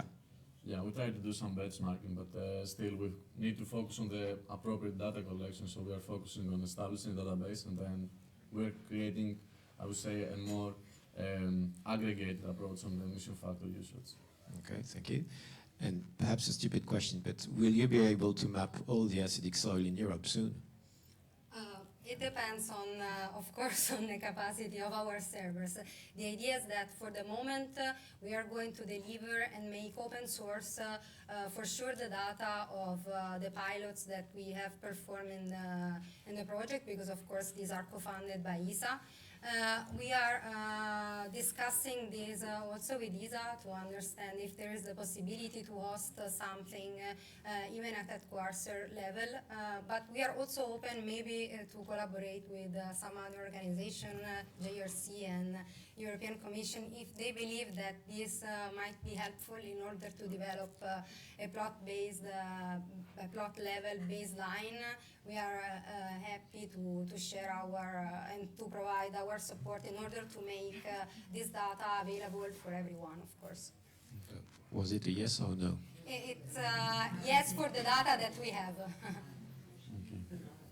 Francesca, are you using the bare soils by DLR, the polygons for bare soils, the one that produced by DLR, and it's available anywhere? Yeah, we are, of course, for the geometries and for some... So the digital world map, okay.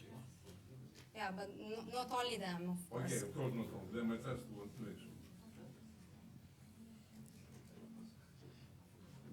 Yeah, hello, thank you. I liked your presentation. I was just wondering in which way you can use it. It's really nice that you can see where is the area where something can be done and where is the area where there's nothing to do. I was just wondering how you will Just one clarification. There are no areas where there's nothing to do.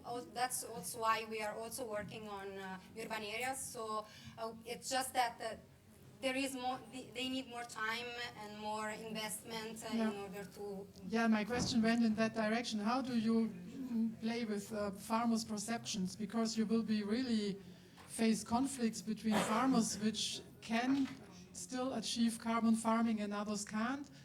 And so there will be, I think would be good also to pay farmers which have a red area, meaning that where it is more difficult and not only the green area. I mean, I'm very happy about this question also because I'm here especially to receive feedback about what I'm presenting. I just want to highlight, and you will see if you will scan the QR code and have access, that usually those areas are mainly those that are located usually close to urban areas or that are in a very bad condition. So we do not expect that farmers are in this condition. So just to give you an idea, I showed later,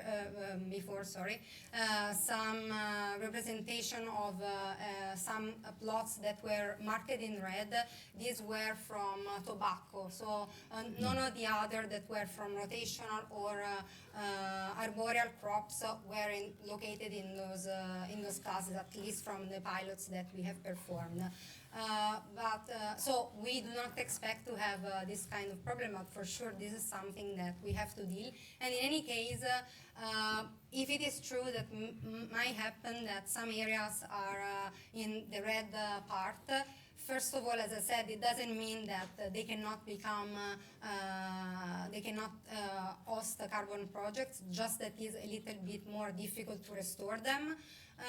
And also that on the other hand, it means that the incremental value of these carbon credits might be higher compared to the ones that are already at a good level and have no other capacity to store, or limited capacity to store carbon credits. So still there is an advantage for those that are in the bottom part. I think we should go. If there is no other question, I think we are running out of time. I just wanted to wrap up the session, an excellent session, and I would like to answer and close the session with Pauline's comment. Is the glass half empty or half full, Pauline? If the baseline is what we have discussed last year, Panos in Valencia, I think we can see that significant progress has been made in all levels, from MRV level, using all Earth observation techniques, satellite, in situ, laboratory, and of course, the standardization process, since it's an ongoing international process that helps us standardize our data and do all our intercalibration techniques, we can have valid data to use amongst us. And of course, we have something like a repository here in Europe that starts, Nikos has shown us how this proceeds. To me, and of course I'm biased, taking into account the baseline that has really produced last year in Valencia, here in Dublin, I think we have seen that some significant progress has been made, and we hope that by the beginning of 28, we can have tools, all tools required, as it was mentioned this morning in the plenary, that we will have the farmers, the engaged farmers, the appropriate tools to really get into this one side, Pauline, business model, but anyway, some valid business model that really can help the farming society as well, of course, benefit the climate adaptation that we are going through. So thanks a lot for being with us, and we hope that next year we will see more dramatical improvement in the tools that we are producing. Thanks a lot. Thank you.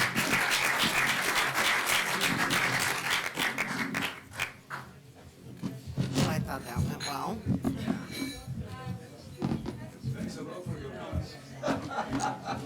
It gave us interaction with the audience. I know. Always trying to engage. Although I was speaking at years old in Prague, and I'm like, so they really like it. I never come up with something new.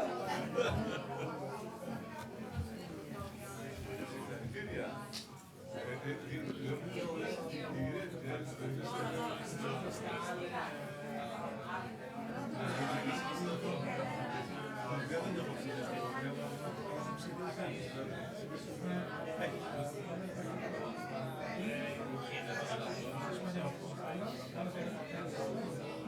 you.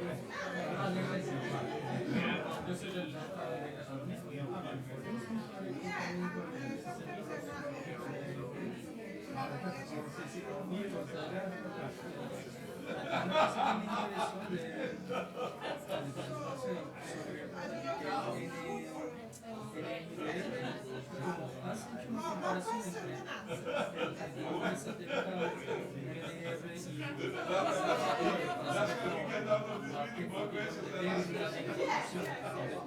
la precisión de uno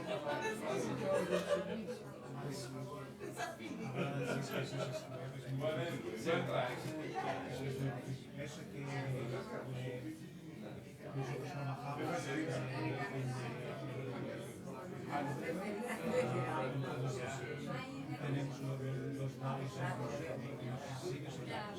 y tenemos colaboración con una organización que es no que trabaja con el servicio y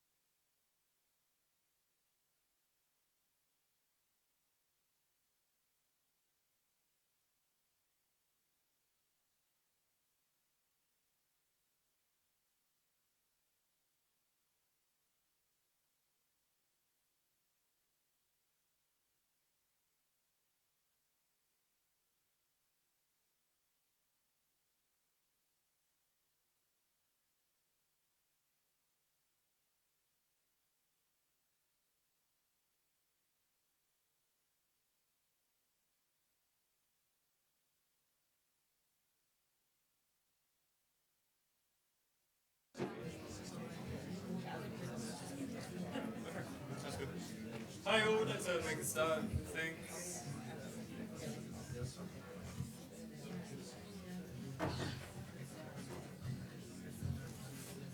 Okay, well, welcome everyone to today's session on ensuring carbon farming delivers sustainability benefits. My name is Hugh McDonald. I'm a senior fellow at Ecologic Institute. We're an academic think tank in Berlin. And along with my colleague Julia Pesmino, who's got the microphone and will be moving her way around, we've organized today's session. Now, carbon farming actions deliver climate mitigation, but they also impact other sustainability benefits that we care about, things like biodiversity, water quality, farm resilience. And the objective today is to identify how we can ensure carbon farming certification helps us deliver those sustainability benefits, not just mitigation.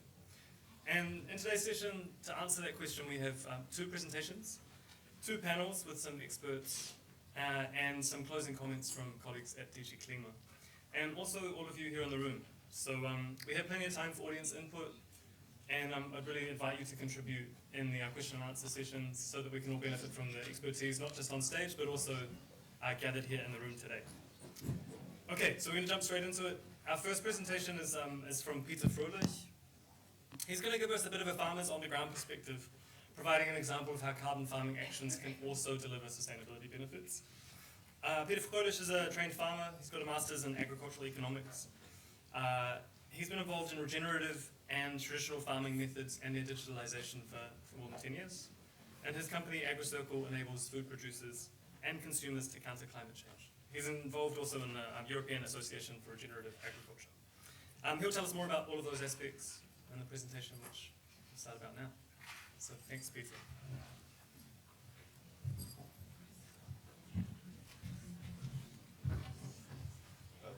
Thank you very much. I hope that works. You hear me all? Great to be here. Thanks a lot for having me. So I want to talk to you about the farmer's perspective on all the regenerative and regeneration journey. That's kind of my company, so we're trying to empower farmers to nurture Earth. I'm going to tell you next slide then, or yeah, so please next slide.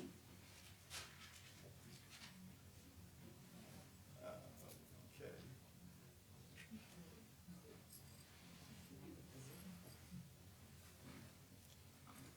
Well, Sorry, it's still the PDF. It's the PDF. That's the problem.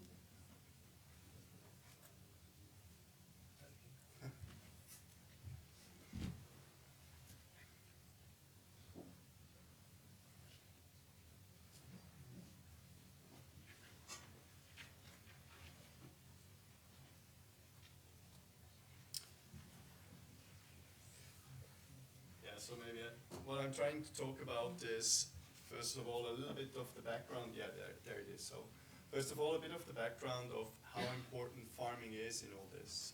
And I just want to draw your attention to what we are actually experiencing as an issue on this planet. And I see on my farm that biomass productivity, and I put it here, is very much also positively linked to ecosystem services and increased and improved ecosystem services. So when you look at what we use as a society, if I tell you it's actually all biomass based, you're going to see that that's true to the majority of it. So let's take concrete, for example. If we're talking about the environmental impact of it, it's mostly coming from the heating of the stone, which is biomass. If we talk iron, it's the same case. And then you go into all we use. So oil, very old biomass, gas, coal, the same. You go to plastic, which is an oil derivative, it's biomass. You go to wood, you go to textile, you go, sorry for that. You go, I thought I put that on silence, but I got a new phone, so that's bad. Sorry for that one. So it's actually all we use, down to food, is biomass based. But have you ever heard that one should watch what the biomass productivity of our planet is? We're just focusing on the cost side, but the other one is actually our revenue side. So next slide, please. I hope this time it works, it seems. So we need to balance this. And it's a cycle over thousands and billions of years. And we're just using up what has been produced for billions of years. And I think we got to focus also on the income, because you couldn't manage a company or whatsoever if you would not focus on the income and just look at cost. So let's start talking income too. And that's what leads me to how important this is what we talk about here, which is carbon farming or regenerative agriculture, however you want to name it. The point is, we believe that this is a toolkit to actually get back up the productivity. So please, next slide. So what we are talking about and how we are actually looking at it, and yeah, I got stated before, so I'm one of the 70 founding farmers of the European Alliance for Region Ag. And that's kind of some of the 70 most progressive farmers around Europe in regenerative agriculture. And we try to define what are the principles of agriculture. Now those 5 principles, if you're talking regenerative agriculture, they are known. They're kind of everywhere. That's been defined by Gabe Brown and some people out of the North America years ago, probably even decades ago. There's one more usually, which is the context, which we put here, which is the number 6. What I see on my farm is, first of all, there's a big overlap with what we call carbon farming. It's mostly the same. I would say Region Ag has just a bit of a more holistic view on it than just carbon farming, which is more of a focus on carbon. But there's a lot of overlap. And when you bring those principles to life in your context, that's when you're successful. And in the European Alliance, we struggle with the definition of regenerative or carbon farming, as everyone does. What we have come up to is it's context specific, it's outcome based, and it's a life-enhancing process of continuous improvement. And that's what we try to achieve on each farm, to bring back up our ecological income. And it's farming that can actually drive this. So next slide, please. So I was asked also to quickly introduce what I'm doing with my company. So we are kind of trying to build a framework, not build, we have a framework on quantifying outcomes of regenerative agriculture. What we do is we manage on 4 items. So it's landscape productivity, that's actually to bring back the biomass productivity.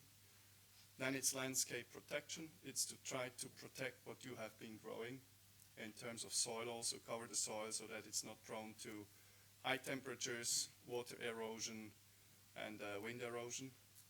And then we want to see the vitality increase, so it's landscape vitality. And how you measure that is soil sampling. So you go and you measure the soil carbon in the soil. And there's a nice overlap there, because when we talk soil carbon sequestration, it's actually not only about the carbon in the soil, it's about the life in the soil. Because you only got life on this planet where you have carbon.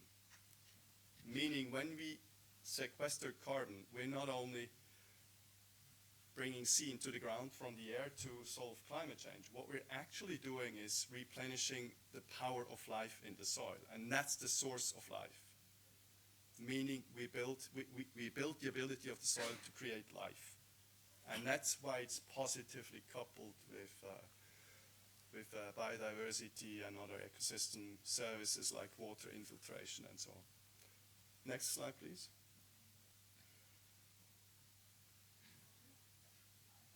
That seems to be a bit of a struggle with the people. Now, what I observe, and that's a bit of a personal note and something also that comes from the farmers in Yara, is that many companies today are actually not looking at outcomes. They're saying, oh, we moved to an outcome-based framework, but they're looking at tools. And there's a pretty simple way to unravel if you're talking a tool or if you're talking an outcome. So you're, for example, not doing no-till for the sake of no-till. You're doing no-till, and that's here, to increase soil life, so the SOC in the soil, the sequestration. You're doing it to increase the plant productivity and to increase the soil cover. So it's a tool to achieve an outcome. And now you have the problem, you have other tools that do the same. And in a specific context, those tools can be synergistic or antagonistic. So when you're monitoring a tool, you're prone to lots of errors. And that's one side of it. And the other side of it is, in the first place, it's great because you help farmers to find a way. But in the second place, you hinder innovation. Because when you define a kind of agriculture by the tools, that means, again, someone out of an office tells the farmer how to farm. So you're thinking that you sitting in an office know better how to farm here in Ireland or in Eastern Germany or in Southern Italy, how farming has to be done to achieve the outcome. And I think that's a big mistake that we need to avoid. And that's my main message also from the European farmers, from EARA, from the European Alliance of Region Act.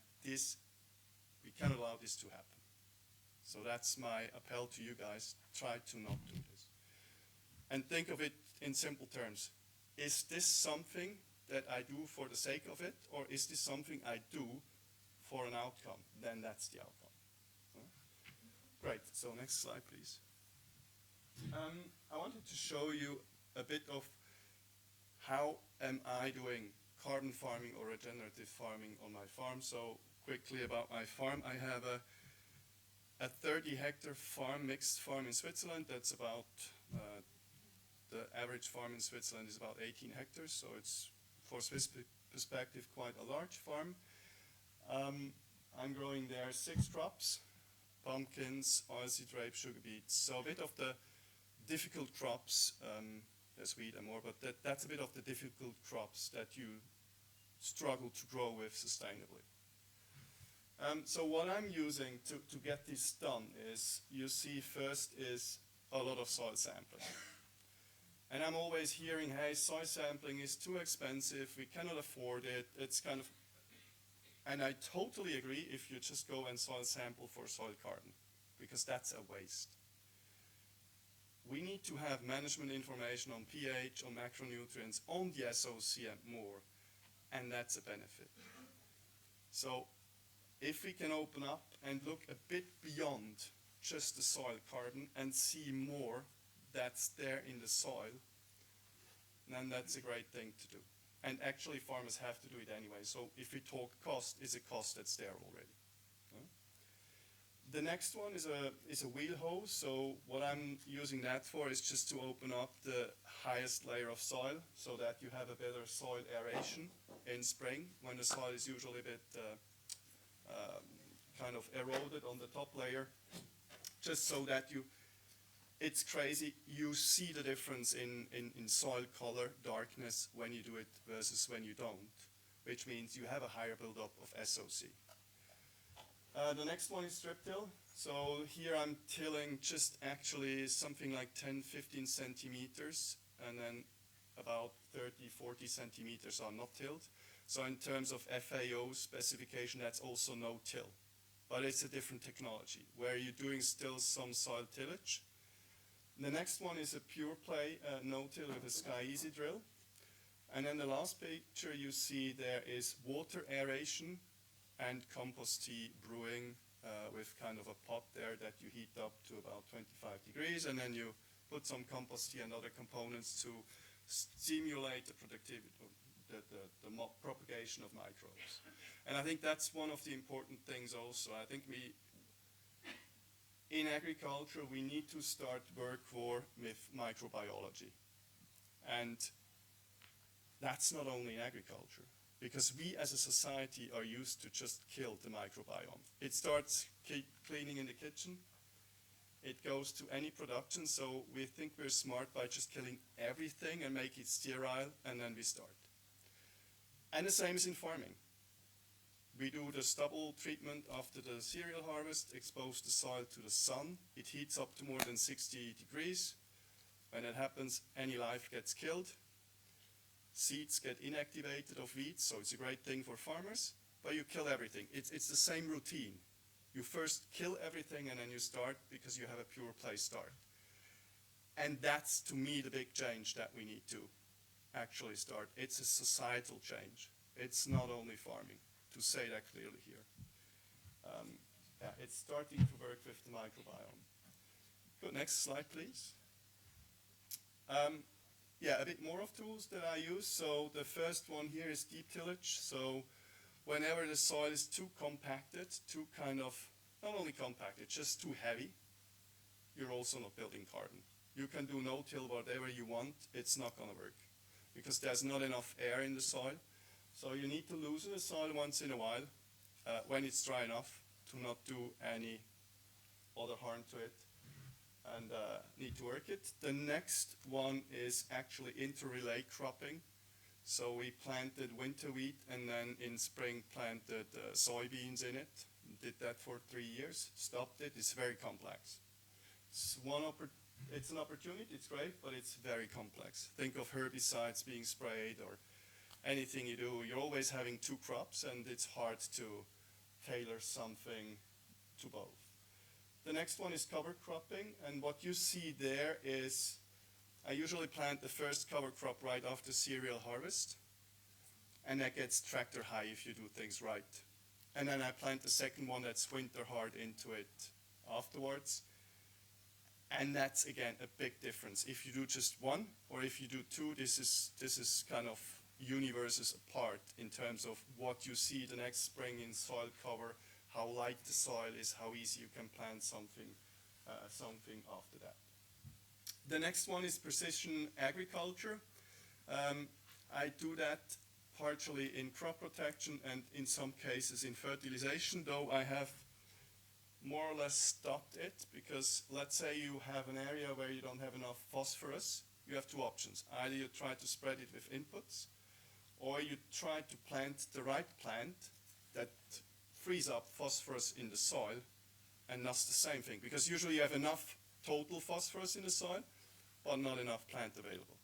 And you can guide that with the right interim crops. So for example, buckwheat gives you a lot of phosphorus in the next crop. Serradella gives you a lot of potassium in the next crop. So you're trying to work with all these things. And obviously the legumes to bring the nitrogen into the soil.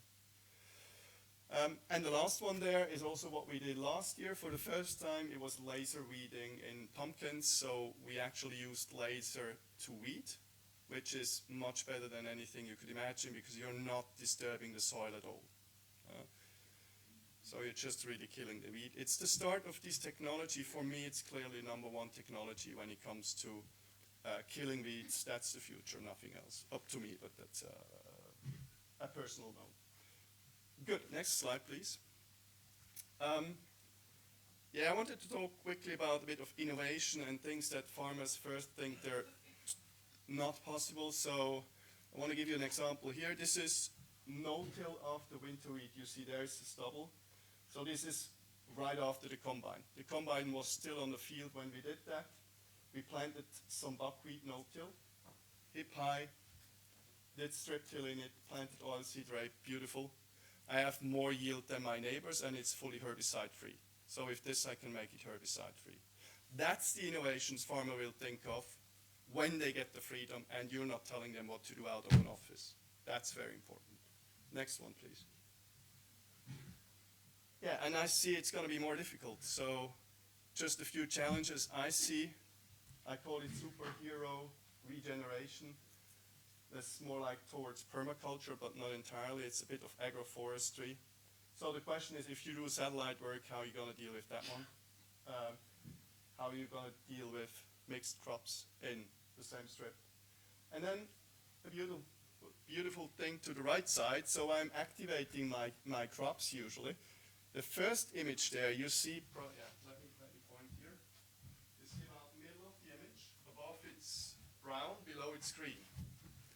It was sugar beets that I activated with microorganisms, and then I thought, oh, now it's dangerous, because everyone thought it's a lot of cercospora, a lot of this disease there. And I sprayed it with a fungicide. Now guess which part I sprayed? I sprayed the dark one.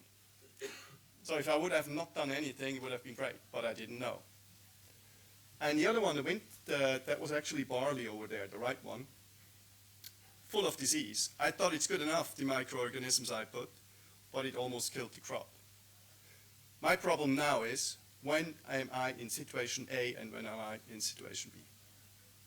So that's a big challenge to be tackled, because we don't know how to work with the microbiome. That's a big issue. And with a fungicide, you obviously kill it to a large extent. Next one, please. Thanks a lot.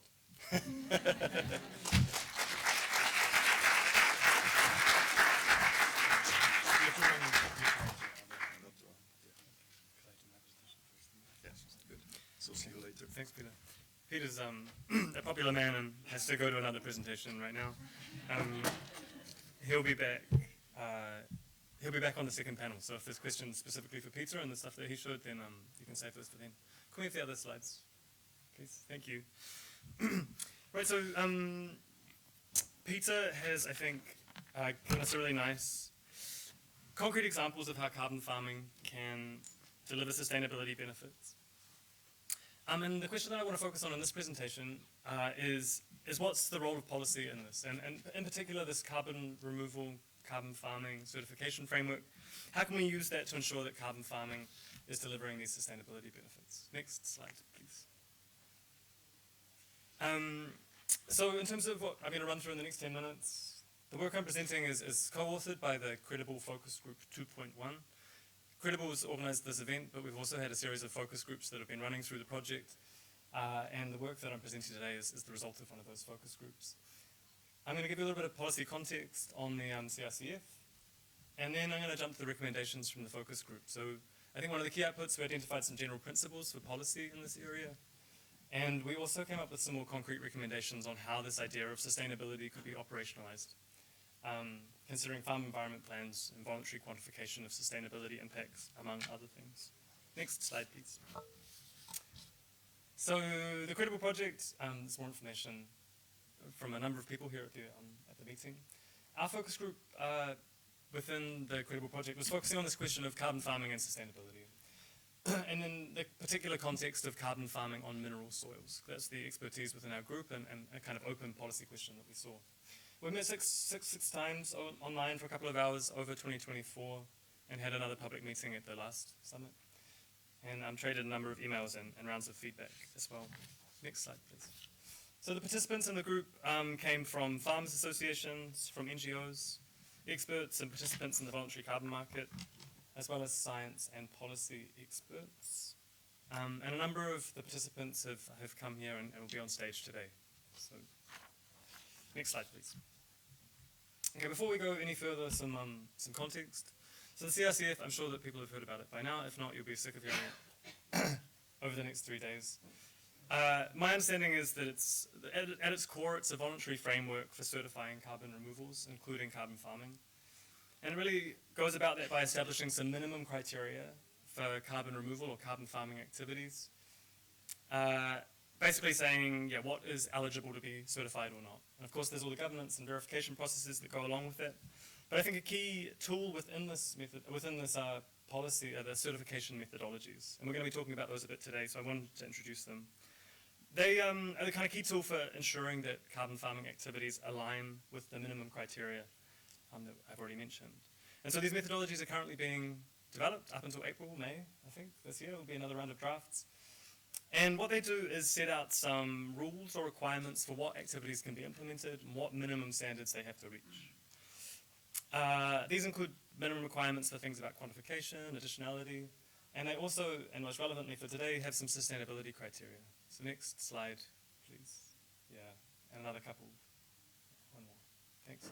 So the first, the sustainability requirements are broken into 3 in the regulation. So there's a first requirement that there is no significant harm done to these 6 sustainability elements that you can see on stage: mitigation, adaptation, water, circular economy, pollution prevention, and biodiversity. Next slide, please. There's a second requirement for carbon farming projects that not only do they have to do no significant harm to all of those, they also have to deliver some co-benefits for biodiversity. So they have to go that one step beyond. And next slide, please. And the CRCF also calls for these certification methodologies to, as far as possible, incentivize the generation of co-benefits that go beyond these minimum requirements. So there's a minimum bar, and then we also want to encourage people to go beyond it. Next slide, please. So within the focus group, the first thing that we did was come up with some principles for how we should be making policy in this area. And we came up with 6 policy principles. The first was that we need to take a context-specific approach, this kind of holistic mindset, one that really promotes sustainable outcomes, whilst at the same time prioritizing climate mitigation. Policy needs to be accessible here. We need to make sure that we're minimizing barriers to farmer participation. And here, things like additional financial support, for example, through the Common Agricultural Policy, I think are relevant. Policy has to be pragmatic. As far as possible, we need to keep this simple to make it straightforward to put into place. Incentives are important as well. Farmers should be rewarded not only for the climate mitigation that they deliver, but also the additional biodiversity benefits that they are providing, both as a means and an end, I think. And now kind of switching perspective, also thinking of the buyers in this market, we need to make sure that there's consistency. So to facilitate market demand for these sustainability benefits, carbon farming certification approaches to sustainability have to be comparable and consistent across different projects and project types. And overall, we need to have this idea of integrity in mind. So in the long term, certification is going to have to deliver buyers the robust sustainability information that they need. And we also need to ensure that the buyer claims that are associated with those are aligned with what is being provided, with the sustainability impacts that we're seeing. If we don't have that integrity, this whole thing's going to fall apart. Excuse me. Next slide, please. Thanks. Okay, so having established those principles, we then switched to trying to come up with concrete approaches for how we could actually do this in practice. And focusing first of all on those minimum standards, so this requirement to do no significant harm for those sustainability elements, and delivering mandatory co-benefits for biodiversity. Our central proposal was that farmers should be able to meet these requirements by completing a farm environment plan. So this farm environment plan would be either quantitative or qualitative. A quantitative farm environment plan could be based on sort of a digital farm management tool and the outputs from that that are kind of estimating the sustainability outcomes associated with the carbon farming actions that we're implementing. Or it could be qualitative, so there it would be more of a structured series of steps, questions, and requirements, aiming to compile data and provide farmers with a framework for increasing their understanding of the sustainability impacts of the measures that they were implementing. As important as the content is the process here, and the idea was, within the focus group, we agreed that farmer and farm advisors should be collaborating here. And the idea here is that we're leaning on the farmer's expertise as well as the farm advisor's expertise and knowledge. And together they would consider the farming actions that might be implemented, the sustainability impacts of those, interpreting the data that comes together in the farm environment plan, and identifying improvement strategies. Now, of course, this doesn't come for free. Farmers' time and farm advisors' time is valuable. So a step like this, I think, might be appropriate for common agricultural policy subsidizing. And as far as possible, to reduce those barriers, we should be drawing on existing data that farmers are already gathering. Now, the key thing about this proposal is that it's action-based. So unlike the carbon mitigation side of things, which is result-based, we're quantifying how many tons of mitigation are occurring. Here, a farmer would be considered to meet these minimum sustainability requirements if they just completed this plan, went through the process, came up with this hopefully useful plan. The implementation wouldn't be required and there'd be no monitoring to see whether this stuff actually gets put into place. The theory of change here is rather that increasing farmer knowledge of sustainability impacts is going to increase the likelihood that they implement sustainable carbon farming practices. And building on Peter's presentation, give them some space to innovate and learn these things for themselves. Next slide, please. Okay, so as I mentioned, there's also this third objective of the CRCF around the sustainability side of things, and that's to, as far as possible, incentivize additional co-benefits for sustainability. How do we aim to achieve this? Well, focus group discussions concluded that the CRCF should rely on price premiums. And so the idea here is that carbon farming projects that are providing additional sustainability benefits should be more attractive to buyers and command a higher price, making it worth a farmer's while for taking those additional actions, providing those additional benefits. So the question then switched to how can we promote these price premiums? And we identified that a CRCF Sustainability Plus label that could be attached to those carbon farming projects that are really delivering additional sustainability benefits could lead to increased demand. that kind of label could be attached not just to the projects, but to the certificates that they sell. So it would be also visible to buyers. Who gets that label? We proposed a result-based monitoring, particularly focused on biodiversity, but based on farmer self-assessment of biodiversity impacts. And here we wanted to draw on common use indicators as far as possible. Looking ahead to the future, we'd like to see the CRCF providing more detailed methodologies for the voluntary quantification of sustainability impacts. But our understanding of the science, and reading of the science, was that it's not ready to consistently or cheaply enough do that today. Okay, next slide, please. Thanks. So there's more information on the policy brief that we published in December last year. So please feel free to jump online and grab that, or I can provide more detail afterwards. We now have, let's say, 2 minutes for any clarifying questions before we shift to our first panel. If there are any questions right now, yeah, thanks. I'm not sure if I'm interpreting things wrong or missing in between. Yes, we're streaming online, so. Early on, there was a point about climate impact being the leading driver for this. And then as we got further in, it seemed to focus more and more on biodiversity. And I'm interested in that. Is that a deliberate shift?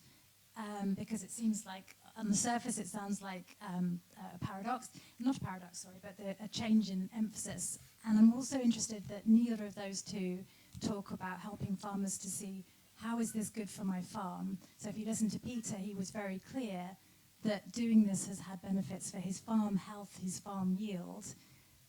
And it's not immediately clear from what's here that it's going to relate back to that for farmers. Could you say a little bit about this? Yeah, certainly. Thank you. It's a great question. Yeah, so, I mean, the CRCF policy as a whole is focused on climate mitigation. So that's the jumping off point.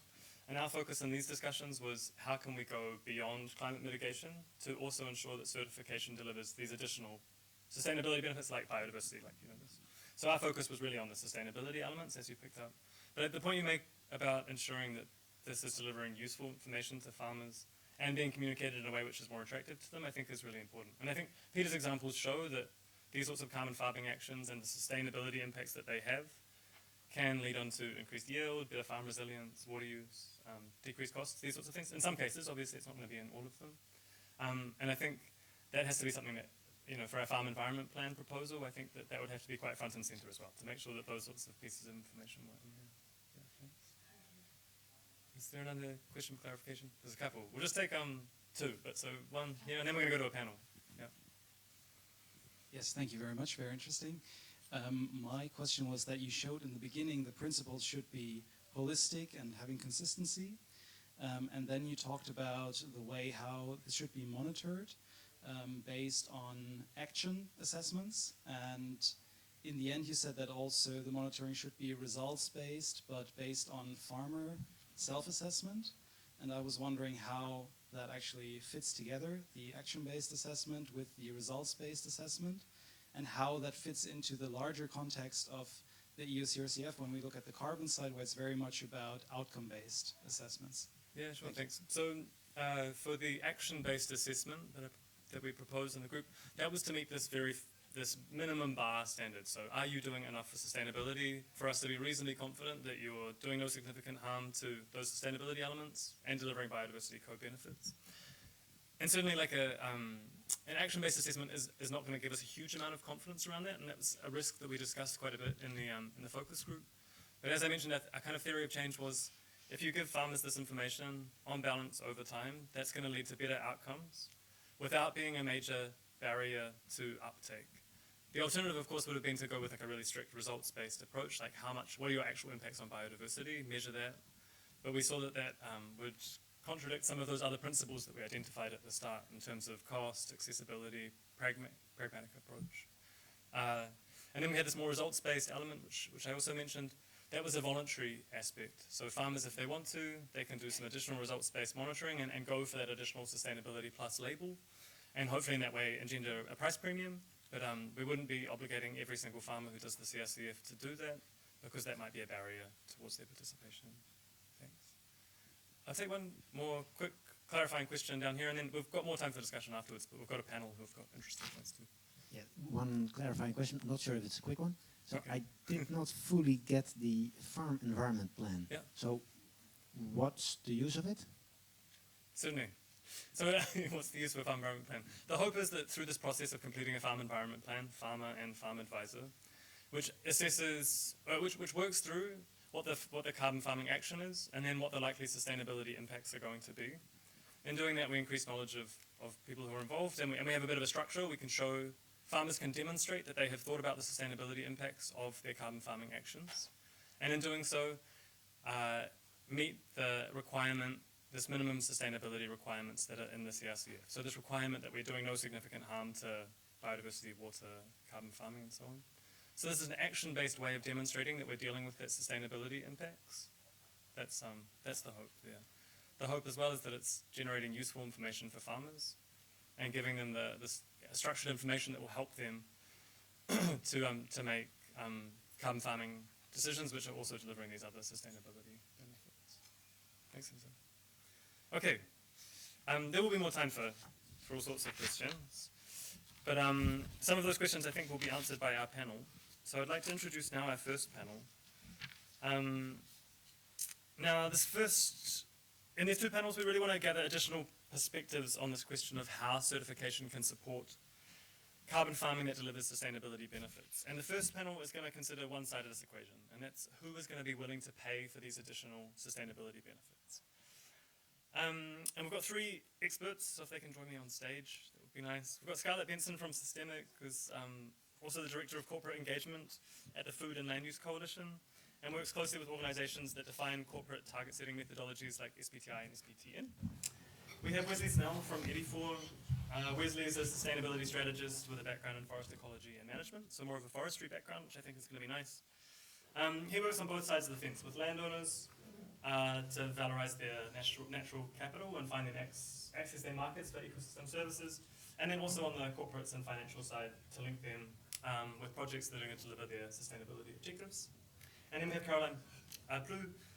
Caroline's working in Mars Public Affairs team in Brussels and leading Mars' advocacy on climate and environmental matters. So thanks all. I should say Scarlett and Wesley were in the focus group, so they can also answer all of these questions. Okay, so Scarlett, first question was for you. So the focus group proposed price premiums. Is there really demand for these sorts of sustainability outcomes from carbon farming? And where is it coming from, and what sort of form is it taking? Who's going to pay for this? Yeah, so maybe I'll start just by mentioning kind of why I have an opinion on this. While I work for Systemic, which is an advisory firm, I've spent a lot of the last 5 years working with voluntary standard setters, so the Science Based Targets Initiative and the Science Based Target Network. So I've been engaging with lots of companies that are kind of committing to these voluntary standards, lots of them telling us how difficult they are and trying to push us in one direction, but have engaged a lot with companies from that perspective. And SBTI, the Science Based Targets Initiative, has more than 10,000 companies that are part of it, which is more than a third of the world's market cap. SBTN, which is focused on nature targets as opposed to climate, is much more nascent, but there are 200 or so companies that are part of the corporate engagement program, including Mars, that are kind of taking the first steps to assess their impacts and dependencies on nature. So I would say that kind of historically there were lots of companies that were signing up to these big standards because they saw kind of a reputational benefit of kind of committing to be aligned with 1.5 degrees or aligning with an H-positive world. The current geopolitical situation means that maybe not all companies are quite as keen to sort of sign up to these big initiatives right now, but there are still a lot of leading companies that are. And I think, especially when it comes to nature, we're hearing that a lot of the companies aren't just doing it because of the reputational benefits. They're doing it because they see real risks in their supply chains that they want to manage. And so maybe they're less likely to commit to these big public targets, but they're still interested in going through that process. And so that's kind of why I guess I have an opinion on this. And I think where is the demand coming from? I mean, it's often those big companies. So if you've set a science-based target on climate, you require your farmers to achieve emissions reductions and removals in their land through land management, land use change, etc. And those targets are quite ambitious, and companies can't really just achieve them by doing nothing. Obviously, farmers are saying, well, if you want these climate benefits, then you have to pay for them. So how are you going to support us with the costs of introducing anaerobic digestion, or kind of the transition costs of introducing new technology on a farm that's required? And so companies are seeing quite significant costs associated with achieving these targets. And these sorts of mechanisms provide a way for them to be sure that when they essentially give that farmer carbon finance, that they are achieving those benefits that can then be counted in their own targets. So I think the CRCF represents quite an exciting opportunity as essentially a financing vehicle for companies that are trying to demonstrate, for the purpose of their targets, that their farmers have delivered both kind of climate and nature benefits. There are obviously other ways that these credits could be sold to different types of companies.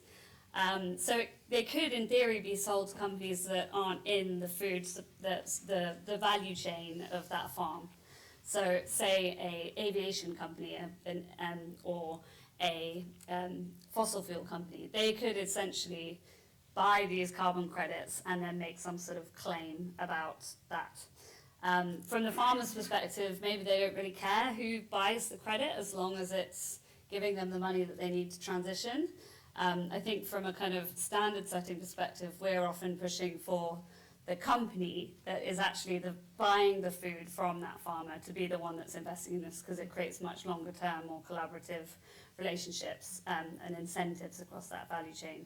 And you don't have unintended consequences like fossil fuel companies not transitioning their business models because they're making claims about carbon credits.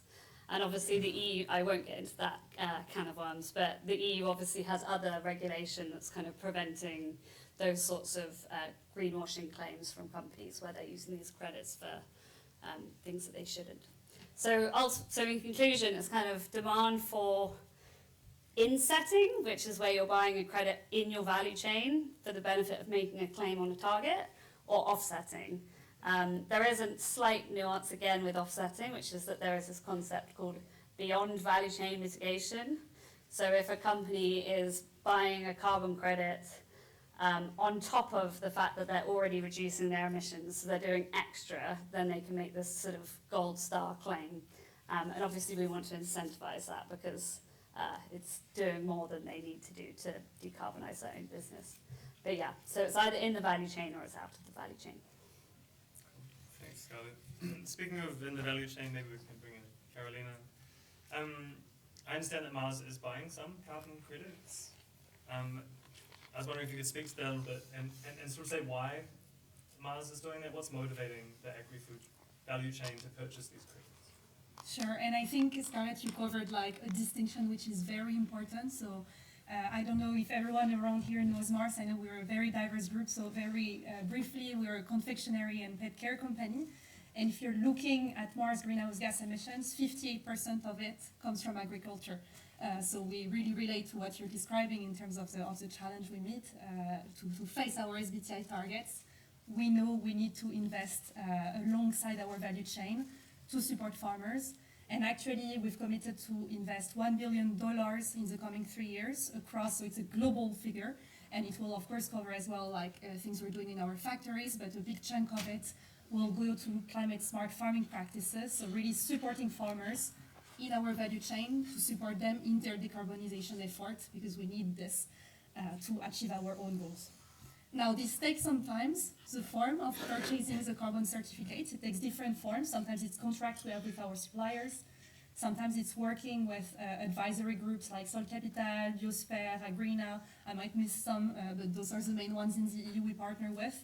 And we purchase carbon certificates, but again, from our value chain. So we also purchase the commodities from those farmers. And that's very important. So when you think of motivation, because that was your question, the primary one is, of course, to like meet our SBTi target, but with the aim to make eventually our value chain more resilient. Mars is a family-owned company, and actually when we talk about sustainability in Mars, we think in generation. It's how do you sustain the business a long time and for the next generation. So certainly like this resilience aspect is very important to us. But I wouldn't oppose claims with this, because I think claims is also another very important motivator for us. So to give you an example, like the biggest brand of Mars is Royal Canin. And actually our brand Royal Canin is working very closely with Sol Capital with farmers in Belgium and France to transition the equivalent of 300,000 hectares to regenerative agriculture. That's almost the size of Luxembourg, to give you a sense of it, so that's huge. And the intent for this is obviously to sustain the value chain, but also to be able to communicate about it. So at the moment, we know in Brussels there are conversations on the Green Claims Directive, and it's really something we encourage decision makers to keep in mind, how claims can be a motivation as well for companies like Mars to invest. Yeah, thanks, Carolina. I wonder if you could reflect a little bit on, we spoke a little bit about carbon claims, but what role do these kind of broader sustainability, biodiversity, water use, quality, etc., what does that play in your purchase of carbon credits? Does that have a role here?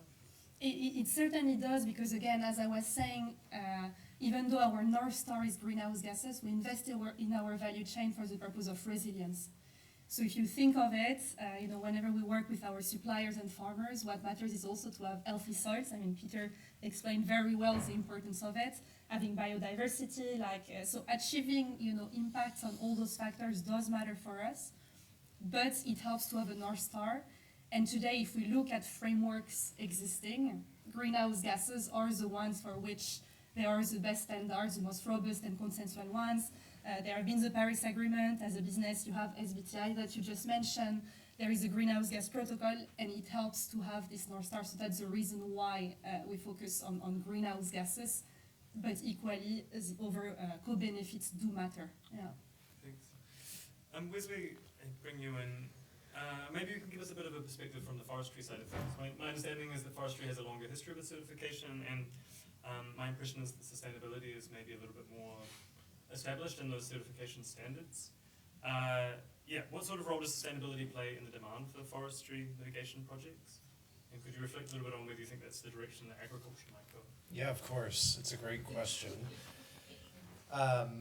So just a little bit of context and background. I work, as you pointed out, Hugh, I work sort of both sides of the aisle. So I do a lot of work with land managers, and that's really every type of land manager I think you could picture. I focus mainly on forestry, but even within forestry, there's all kinds of forest management, right? So I work with smallholder groups to larger forest concessions, public or privately owned, or blended management models, et cetera. It's really quite varied, and I help them to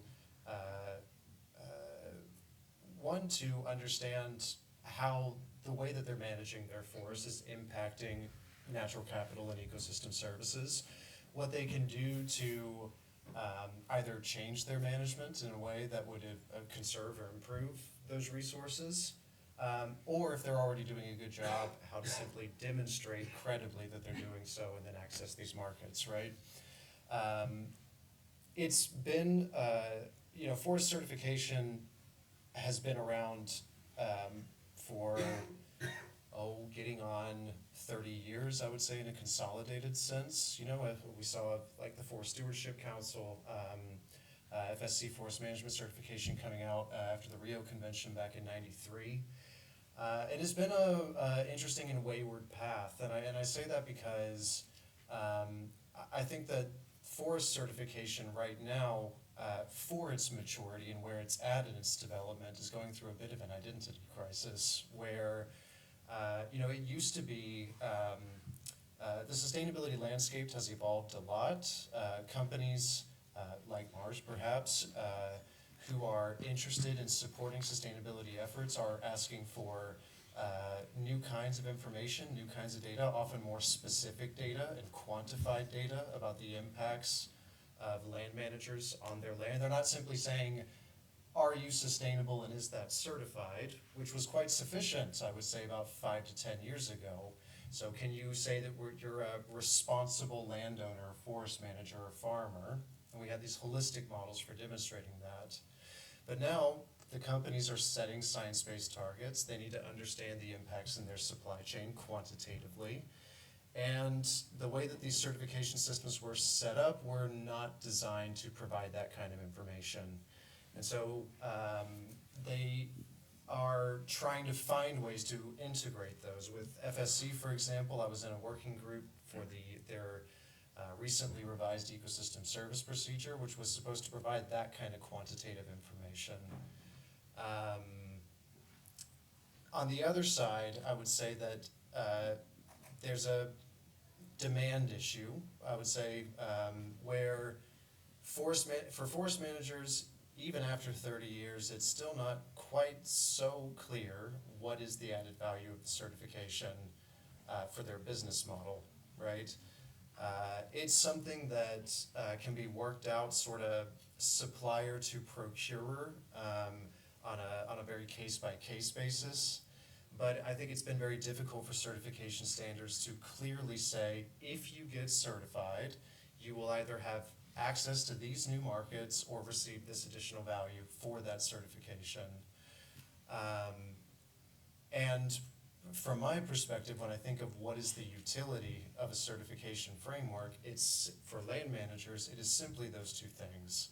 It's either to add value for what they're providing or to access markets. And if it doesn't do either one of those things, then it doesn't justify its cost burden. I don't know if that's a very hopeful response to what I'm saying, but I think what I'm trying to say is these questions, and I think I'm hearing it a lot also here at this summit, and I'm happy to hear these questions come up, is once we get past the impact that we're hoping for, the resilience, the climate change mitigation impacts, the alignment with the policy objectives, I think if we really want to talk about how it's going to work for land managers, and for also, I think, for the companies who want to support them, we have to get to that serious conversation about value and market access. Yeah, thanks. I've got lots of follow-up questions. Interesting for me. But I wanted to open up to the audience if people had questions for our expert panel, particularly focus on the side of the demand, right? Like who's going to pay for this? If you've got questions. Yeah, down the back, thanks.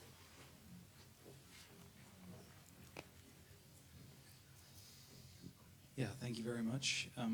Very much interested in the development of the SBTI markets, and we've seen that there the methodology of the land sector removal guidance has taken a long time to develop, and now we're seeing that other methodologies are also developing in parallel, for example, the EU CRCF with the framework. And I was just wondering how the panelists view how the land sector removal guidance could align in the future with the methodologies that are now developed under EU CRCF, or possibly also integrate into that, or use it as a substitute. I was just wondering what the perspectives are on that. Yes, Scarlett, would you like to have a go?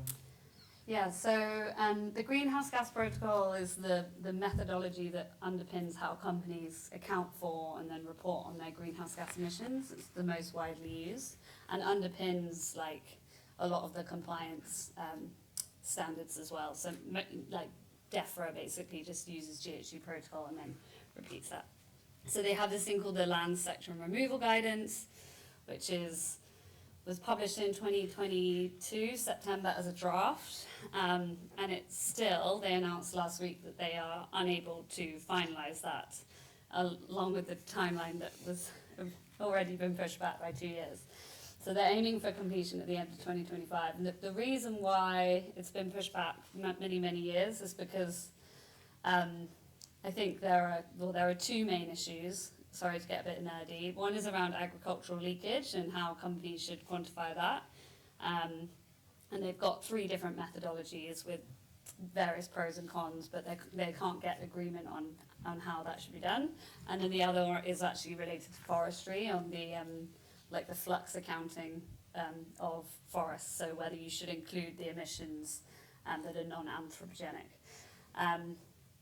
And I think it's really interesting that it's been delayed because it shows just how much, how many people care and have an interest in how these accounting standards are designed, because it massively affects what a company is then going to invest in, whether it, because it kind of means whether something counts or not. In terms of, I mean, your question was a bit about like how are they going to align. I think the GHG protocol does have like a big, it does engage with lots of these other standards. So I think there is always this effort to do alignment. But clearly we have a bit of a problem, which is that the greenhouse gas protocol is moving quite slowly, and so other stuff is stepping in and could potentially create a lot more confusion for companies. So I mean, I'd be interested in Mars's perspective, because what I'm hearing is that companies want it to hurry up, but they also want it to be resolved in the way that will be most beneficial for them, and there's a tension between those two things.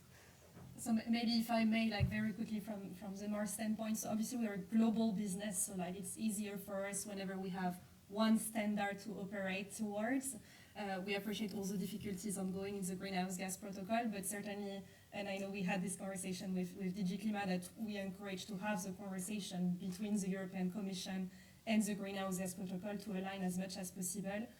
I think in that global context as well, worth mentioning that yes, the carbon removal certification framework will certainly help, but obviously again in a global context, for instance as Mars we source cocoa, we have like carbon farming programs in cocoa, and we know that in Ghana and Cote d'Ivoire, for instance, the governments are working on their own certification frameworks. So there should be like a way that in the accounting system there is a recognition of other global frameworks. So back to your question, yes, certainly the most alignment we can get, the easier it is for companies like us. Yeah, please. Yeah, and just to add, and just to nerd out a little further, what's interesting, I think, about the land sector removals guidance is it's a very, very different way to approaching carbon accounting. So the carbon removal certification framework is a relatively straight ahead project level accounting. You identify certain project activities, you establish a baseline with a counterfactual, you link the benefits to the activities, et cetera, right? It needs to be additional, so you need to do an additionality test, which we heard a lot about last time. I'm sure we'll hear more about this time. The land sector removals guidance is really very purely about like either corporate or scope 3 level carbon ledger accounting. And in that scenario, it's not based on a project, it's just every year you need to measure how much carbon is in each of your sourcing areas. It doesn't matter, we just are interested in the flux and the change year on year. So there's no need for additionality, there's no need for a counterfactual baseline. A lot of the requirements that are that we take very seriously in project level accounting just don't apply for the land sector removals. So I think that whatever comes out, when it comes out, whether the CRC is the best fit for making that alignment, I think there'll need to be probably some correspondence mapping. It'll be interesting. Absolutely. And I think so also related to national greenhouse gas inventory sort of things, there's gaps between these different approaches that makes it come together. One more question and then we're going to go to our next panel. Yeah, please. You talked about the sustainability benefits, the ones beyond climate, being related to a premium. You talked about the sustainability benefits being related to a premium. What sort of a premium do you think the industry is willing to pay? So we didn't do any analysis on that within the focus group. I think the green premium question is very difficult because there's a lot of evidence in lots of sectors that there is no green premium, that consumers aren't willing to pay more for these products. But we know that companies might be willing to pay more for them. So the question is whether the company needs to pass that cost on to the consumer. And now what we're tending to find is that companies do recognise that making these investments requires them to put money put their money where the mouth is, and that there will be a return on investment based on security of supply, etc. But I think, if I'm really honest, I would put Mars in a category of one of those enlightened companies. I think there's still a lot of companies that kind of made these big commitments not quite realizing how much it was going to cost them and thinking that they would be able to pass their cost on to the consumer. But I think companies are waking up to those supply chain risks. I think that's going to change. There's a report that some of my colleagues did, which was quite interesting last year, for the Food and Land Use Coalition called the Future Fit report, which looked at which of the costs of the food sector is there a return on investment and how quickly do they pay back. And so it's quite helpful actually understanding kind of what that business case looks like. But the answer is we can't really increase the cost of food. It's not politically acceptable. So there's not much passing cost on to consumers. But maybe you have done much more green premium analysis. I think it really depends on the product as well, like whether it's a luxury good. I don't think we have that analysis, but what we certainly believe in, though, and that's why I was saying, like, we're investing massively in it, because, and usually you would hear our CEO talking about how performance and so purpose and profits are not enemy and they should go hand in hand. And actually, if you look at our greenhouse gas emissions, we've been able to reduce them by 16% compared to our 2015 baseline whilst growing the business. So we really do believe that there is a business case there. But it's an equilibrium. We know it won't be easy to reach our goals going forward, but we're putting the investments there. I don't have details in terms of what it means from a premium standpoint. Maybe the obvious answer to your question, which is that carbon credits that have biodiversity do come at that as a co-benefit have a higher cost. So we can say that definitively, that carbon credits that have these co-benefits are being sold for more than carbon credits that don't. So there is a green premium in that respect. Yeah, maybe Wesley can shed some light too. No, I think it really depends whether you're looking at it within your value chain or beyond. So I think there, like you said, Scarlett, I think it's pretty clear that there is a premium that's available if you're looking at a buyer outside of your value chain for the purpose of offsetting. That's benchmarked in carbon credit analyses, whether it's climate, community, and biodiversity additional standards or responsible forest management, et cetera. Within the value chain, I think it gets a little bit more complicated, and I've sat at the table for a lot of those conversations, and they can get quite sensitive because you're talking about the structure of a business relationship that between a supplier and somebody in procurement. Sometimes premiums are under discussion. In my experience, it's something that companies are more hesitant. It sets a precedent for them. They're trying to minimize the costs of their procurement. But something that I find often works for both parties are long-term or more stable procurement agreements that are contingent on these sustainability benefits or additional benefits from the land. So I think what I would suggest, if you're a farmer and you're trying to figure out how to have that conversation, I wouldn't limit it just to it's an extra $5 per ton or whatever it may be, euros, sorry, I forgot which continent I'm in. But it might be better to say, we're providing this value, how much do you value it, and how can we integrate that value into our business relationship with each other? And that opens up all kinds of possibilities. It's a nice, positive final comment. So just thanks to our panel. Wonderful.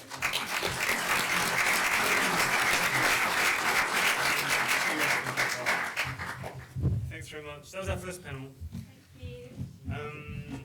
They're going to stick around. We've got a second panel which is focusing on the other side of the coin. Yeah, so we've talked now just about who's going to pay for this, who's going to be doing the buying of this, and now we want to consider the perspective of those who are actually going to be doing this. So who's going to be doing the carbon farming?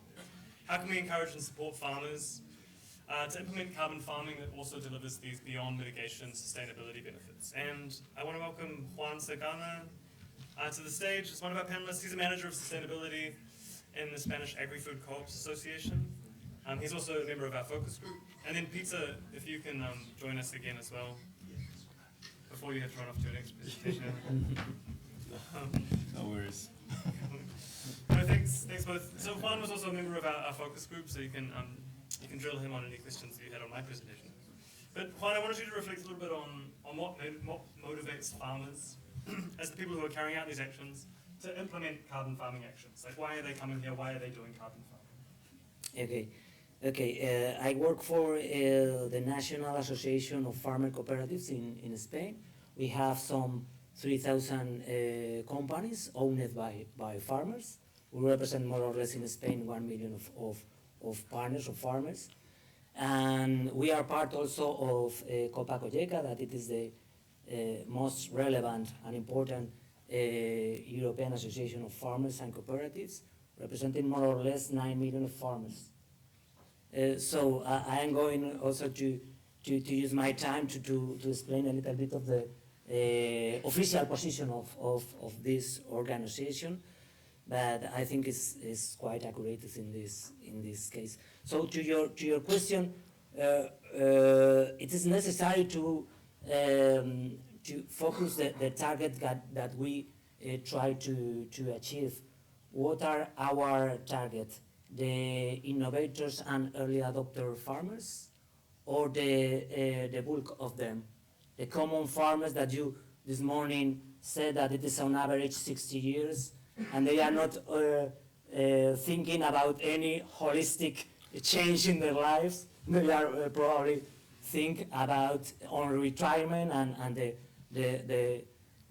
to give their son some nice place for working.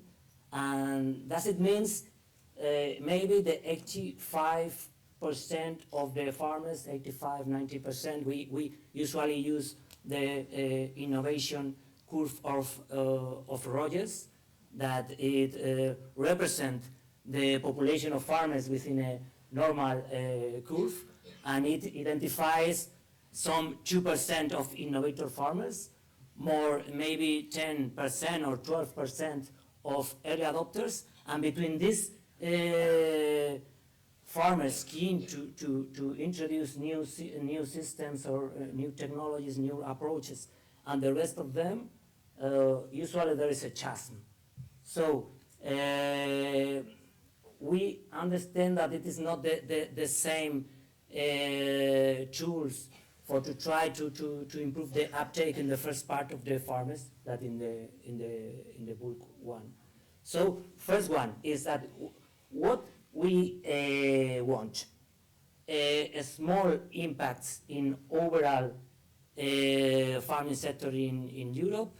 It means some hundreds of millions of hectares, or okay, look more to the future. We are going to start with younger farmers, with early adopters, and to have some success cases and to do more slowly. So for me, it depends on the emergency of the climate change. For this, I believe that we have to focus on the bulk of farmers. So we have to be cautious. We have not to be too ambitious, especially on additional requirements from carbon farming, and especially to take into account that carbon farming and all the numbers that we take, it is not enough to provide overall changes by themselves.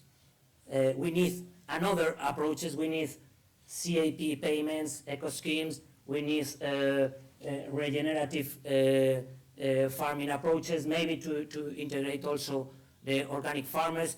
We need other more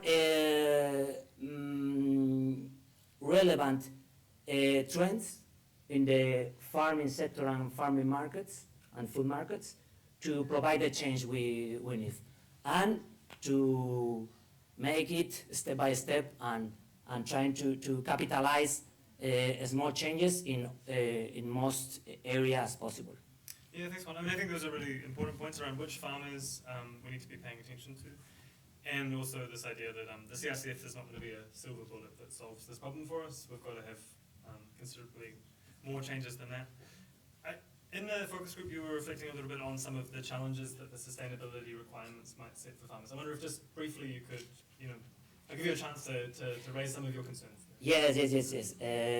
We as organization believes that the European farming sector is the more sustainable in the world, maybe, because we have, with exception from New Zealand. Yes, but probably we have the set of regulation more focusing on sustainability issues. I work for sustainability in farming sector during 20 years, and we have a lot of regulation, even a straightforward regulation for organic farming, and a lot of greening requirements for our cap payments. So we, if we are saying to our farmers that you are please take these requirements and make believe on them, and always are requiring more for them, it is a complicated situation. So right now there is some kind of frustration within the farming communities. You know the 1 year ago the strikes, the tractors in Brussels, and they have a lot of confusion about the new trends, about the new requirement. So I think we have to be cautious with them, because at the end it is difficult to explain even to the farmers. We want what we want. We want to sequester carbon, but in addition some kind of biodiversity in the soil. I don't know anything more difficult to understand the carbon cycle in the soil, that it is the biodiversity cycle in the soil. We work for Soil Guard project, that it is a project with more than 200 sites worldwide,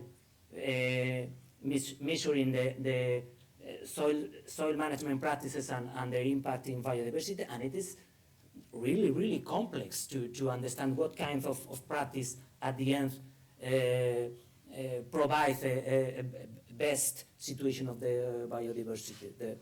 The experts are not able to give the farmers clear instructions, because the farmers need incomes and instructions. Mm-hmm. So it is No, I think that's a nice very one. difficult. Income and instructions. Alongside income and instructions, Peter, maybe you can reflect a little bit. Yeah, what do you see that farmers need to take action here? So to be taking these sorts of carbon farming actions that are also delivering sustainability benefits? That's a good question. And the silver bullet maybe too. So maybe to give you some background, so we have our own initiative with the biggest retailer in Switzerland. And I think we made any mistake possible to not make farmers move in that project. So a bit of learning to not be repeated. What I really see, and I heard it earlier, is either it needs to add value or access to market. What we clearly see is the added income stream from just the carbon credits. It's only the cherry on the cake. It's never the business model. And what we also have seen is we thought we were smart by going to establish the baseline and then pay them when we remeasure, which is a more kind of drastic approach compared to just paying for some measures that you don't know the outcome about. What we clearly see is engagement is obviously not there when there's no money on the table. But the money on the table, again, is not the carbon credit. So, and I see another trend in carbon farming that is not engaging farmers to do things, but stopping farmers to do things. And that's, I believe we have a very scientific approach. So lots of it is modeling, and lots of it requires a lot of data. And when you want to ensure the quality of that data, it's very hard to collect that data. And there are two things now there. One is that data that you provide is much more, so that's much more money and time, or time and money. And the second thing, as a farmer, that money, that data matters for your money, for your income. And I believe personally why the farmers were on the streets is not because of what they need to report, but because of changing rules. And you never know when you have reported, if you have reported the right things, if you have done things correctly, or if that actually has cost you just a monthly salary. And I wonder if we would once treat office people the same way, that if they do something not the very correct way, that we just cut out 1 month's salary. And then let's see how they engage on that one. I wouldn't like that. And that's yeah, I wouldn't like it either. So, and that's how we treat farmers. So it's not only how we engage them, we got to be careful how we do it, not to first add cost by adding more data requirements than before without any remuneration on the other side. And again, it's either adding value of what the carbon credits are by far not enough, or market access. And I think the beauty of it, or what we have seen in our project, is as soon as you give them a purchase preference or just something, a bit of a long-term view, they start engaging. They start engaging. No? So suddenly you have them on board. But yeah, it's like normal. Everyone needs to pay bills and wants to have a lunch. So do farmers. And don't start with just a lot of requirements and also don't change rules along the game. That's very inconvenient for everyone. So yeah, that's what I see at the moment. No, thank you, Peter. And we made every of these mistakes, so. Yeah. Well, maybe we can learn from those. I wanted to open up to the audience again. So focusing again, particularly on these questions around the the supply side, like what farmers are doing, the people who are actually really putting these actions into place. But yes, please. Yeah, thank you for that interesting messages you shared. Question to you on the association and the representation of the bulk of the farmers, because I think that's really critical to have them engaged. And I clearly share your view on, changing, transitioning is very hard. I mean, this is in essence what we're talking about. And this is not only for farmers, this is for the entire industry, this is for the entire globe. To transition is really hard. And then you shared all these obstacles. I was wondering, what is your future message to the farmer, how to produce, how to prepare? I mean, what's your vision out of the association? What I hear most of the time is that you don't know, that you don't want this and you don't want that, and there's a lot of obstacles. But what is your vision as the representatives of the bulk of the farmers? Thank you. Yes, thank you. First of all, an invitation for in the first day. We will carry out a specific session about the farming perspective.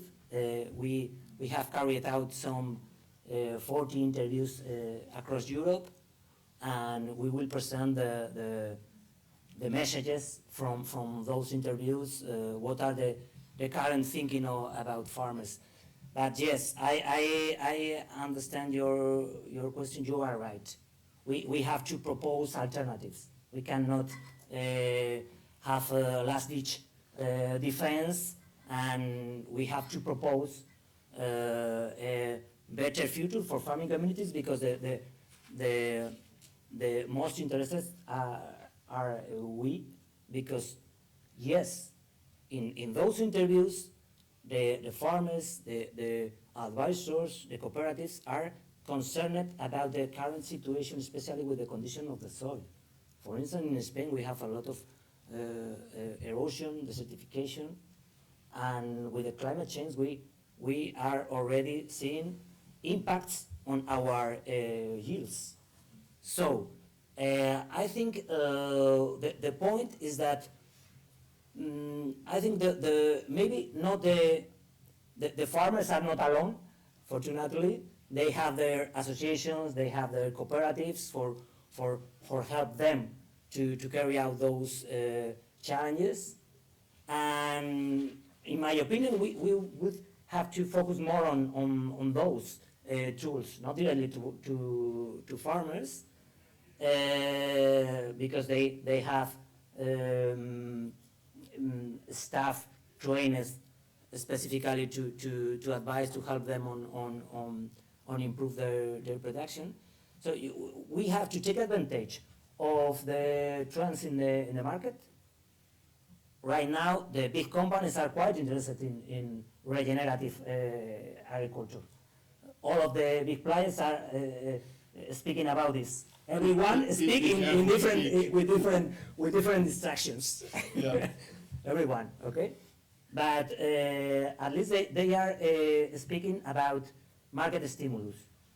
In some sectors, for instance in dairy sector, we have observed right now interest in that the providers fulfill scope 3 emission reductions.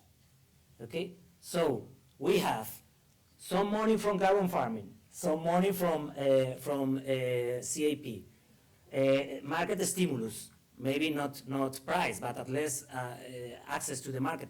So trying to put all the elements in the same basket and to mark an strategic path that I understand that one of the already understand things from the farming sector is that they have to take care of the soil because it is in its interest.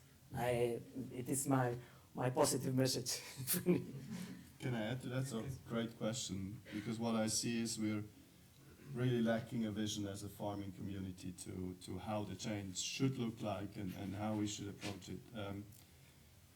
It's even a bit worse because we have much different streams of how the future would look like. So again, we have holistic management, we have people that are following conservation agriculture, we have organic farmers. So it's many more. So it's about 7-8 different streams that have their own visions.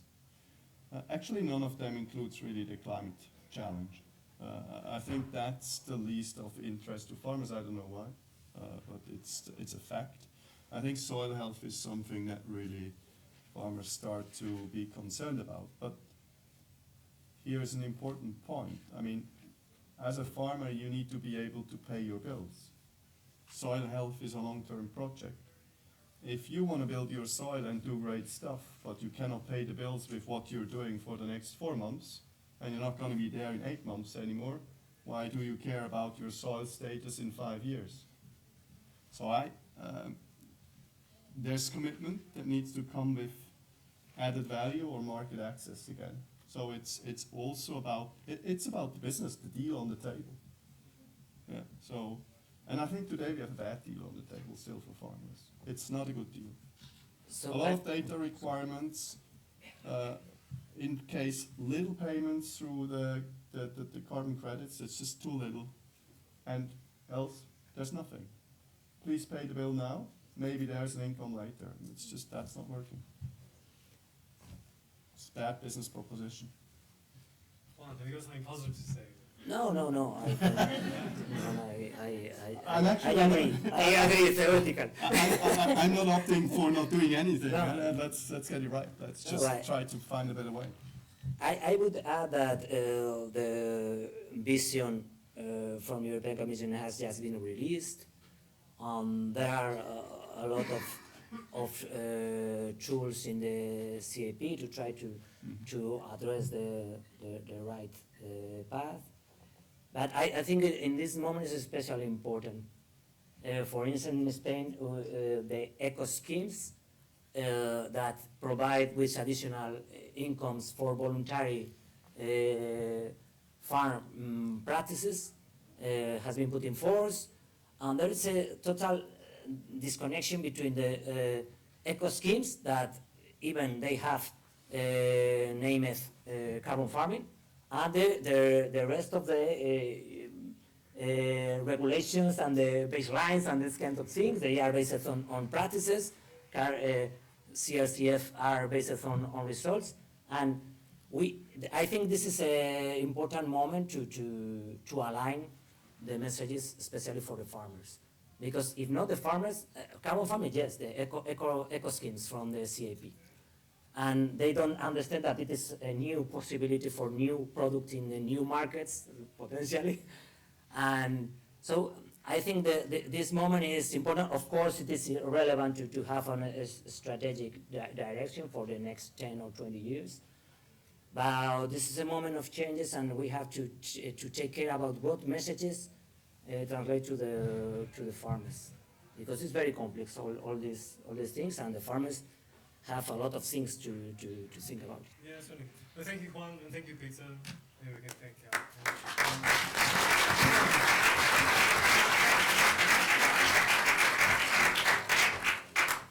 I was being facetious with that call for a positive message. I think it's important to face these challenges head on. So it's a moment of transition, as you said, Juan, and we need to be mindful of the challenges for farmers to make sure that we develop a system which works, which moves us forward. Speaking of moving forward and visions, I'd like now, first of all, to say thank you to all the panelists. But before we go, I want to hand over to colleague Valeria Folin, who's the Deputy Head of Unit at DG Klima. She's been working on the carbon removal certification and carbon farming framework for a while, and she's going to wrap up with a couple of key messages and a bit of outlook. Thank you for taking on that task. Yeah, thank you. I was just looking back my notes from this session, which was quite rich. I must say, in the end, about the sustainability indicators specifically, we didn't have a strict focus on that. We spoke a bit more about the business model for carbon farming, which was also the topic of the session I attended before. So I have now a bit all mixed in my head what I heard in both sessions.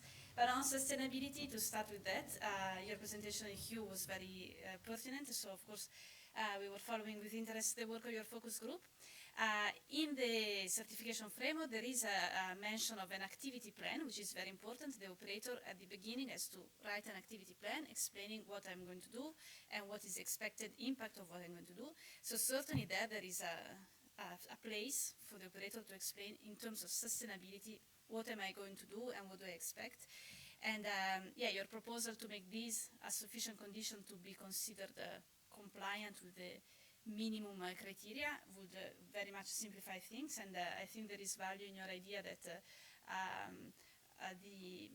the theory of change is just by being aware of what you're going to do for sustainability, you put in motion some changes. But we also have to ensure consistency with what we have under the taxonomy as the NSH. So, but we are currently looking at indeed how to formulate this in a pragmatic way. Also the opposition between just activity-based check or indicator-based. I agree it's important that we keep it pragmatic for a start, but looking forward, the Commission is looking into the idea of nature credits, and so in that context, if we can already start now on a voluntary basis to work on a quantitative approach to sustainability, this could create a pathway, open the debate for potentially a future methodology for nature credits. But this is the next step.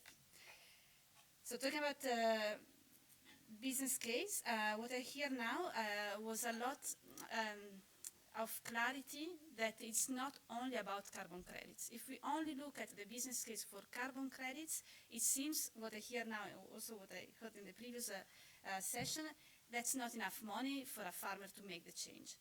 But carbon farming does not mean only carbon credits. So I heard some other buzzwords like return of investment on sustainability, food companies that want to decrease risks in their supply chains. So the interest for the farmer is not I'm proposing an anonymous buyer from an aviation company to buy my carbon. I am proposing to my food client a more resilient, less risky supply chain. I can, based on this value, I can get a better contract, better, longer-term relationships.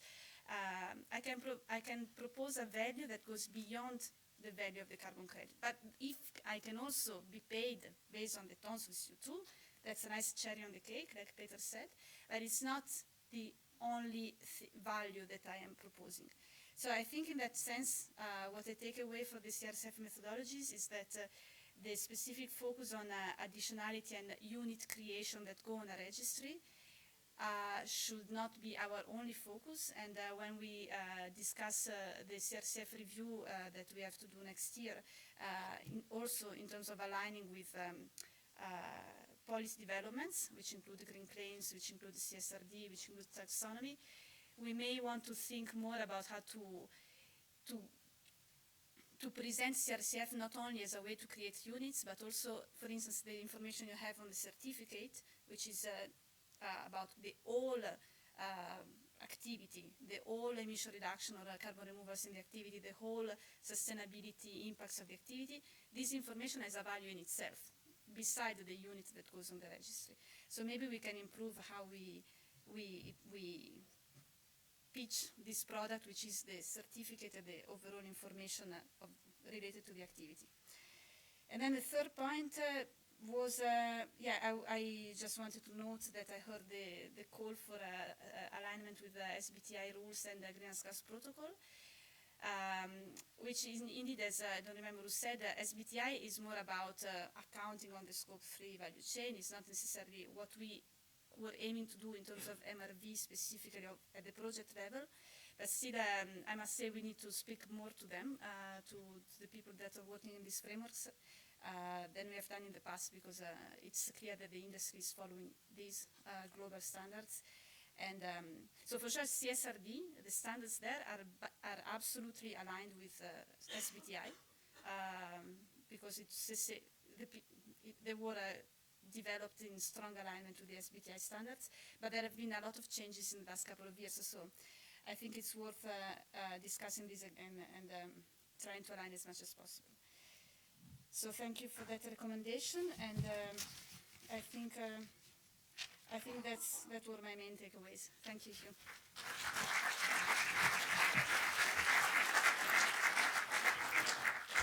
Yeah, then that concludes our breakout session today. Thank you all for coming, and thanks again to our presenters and the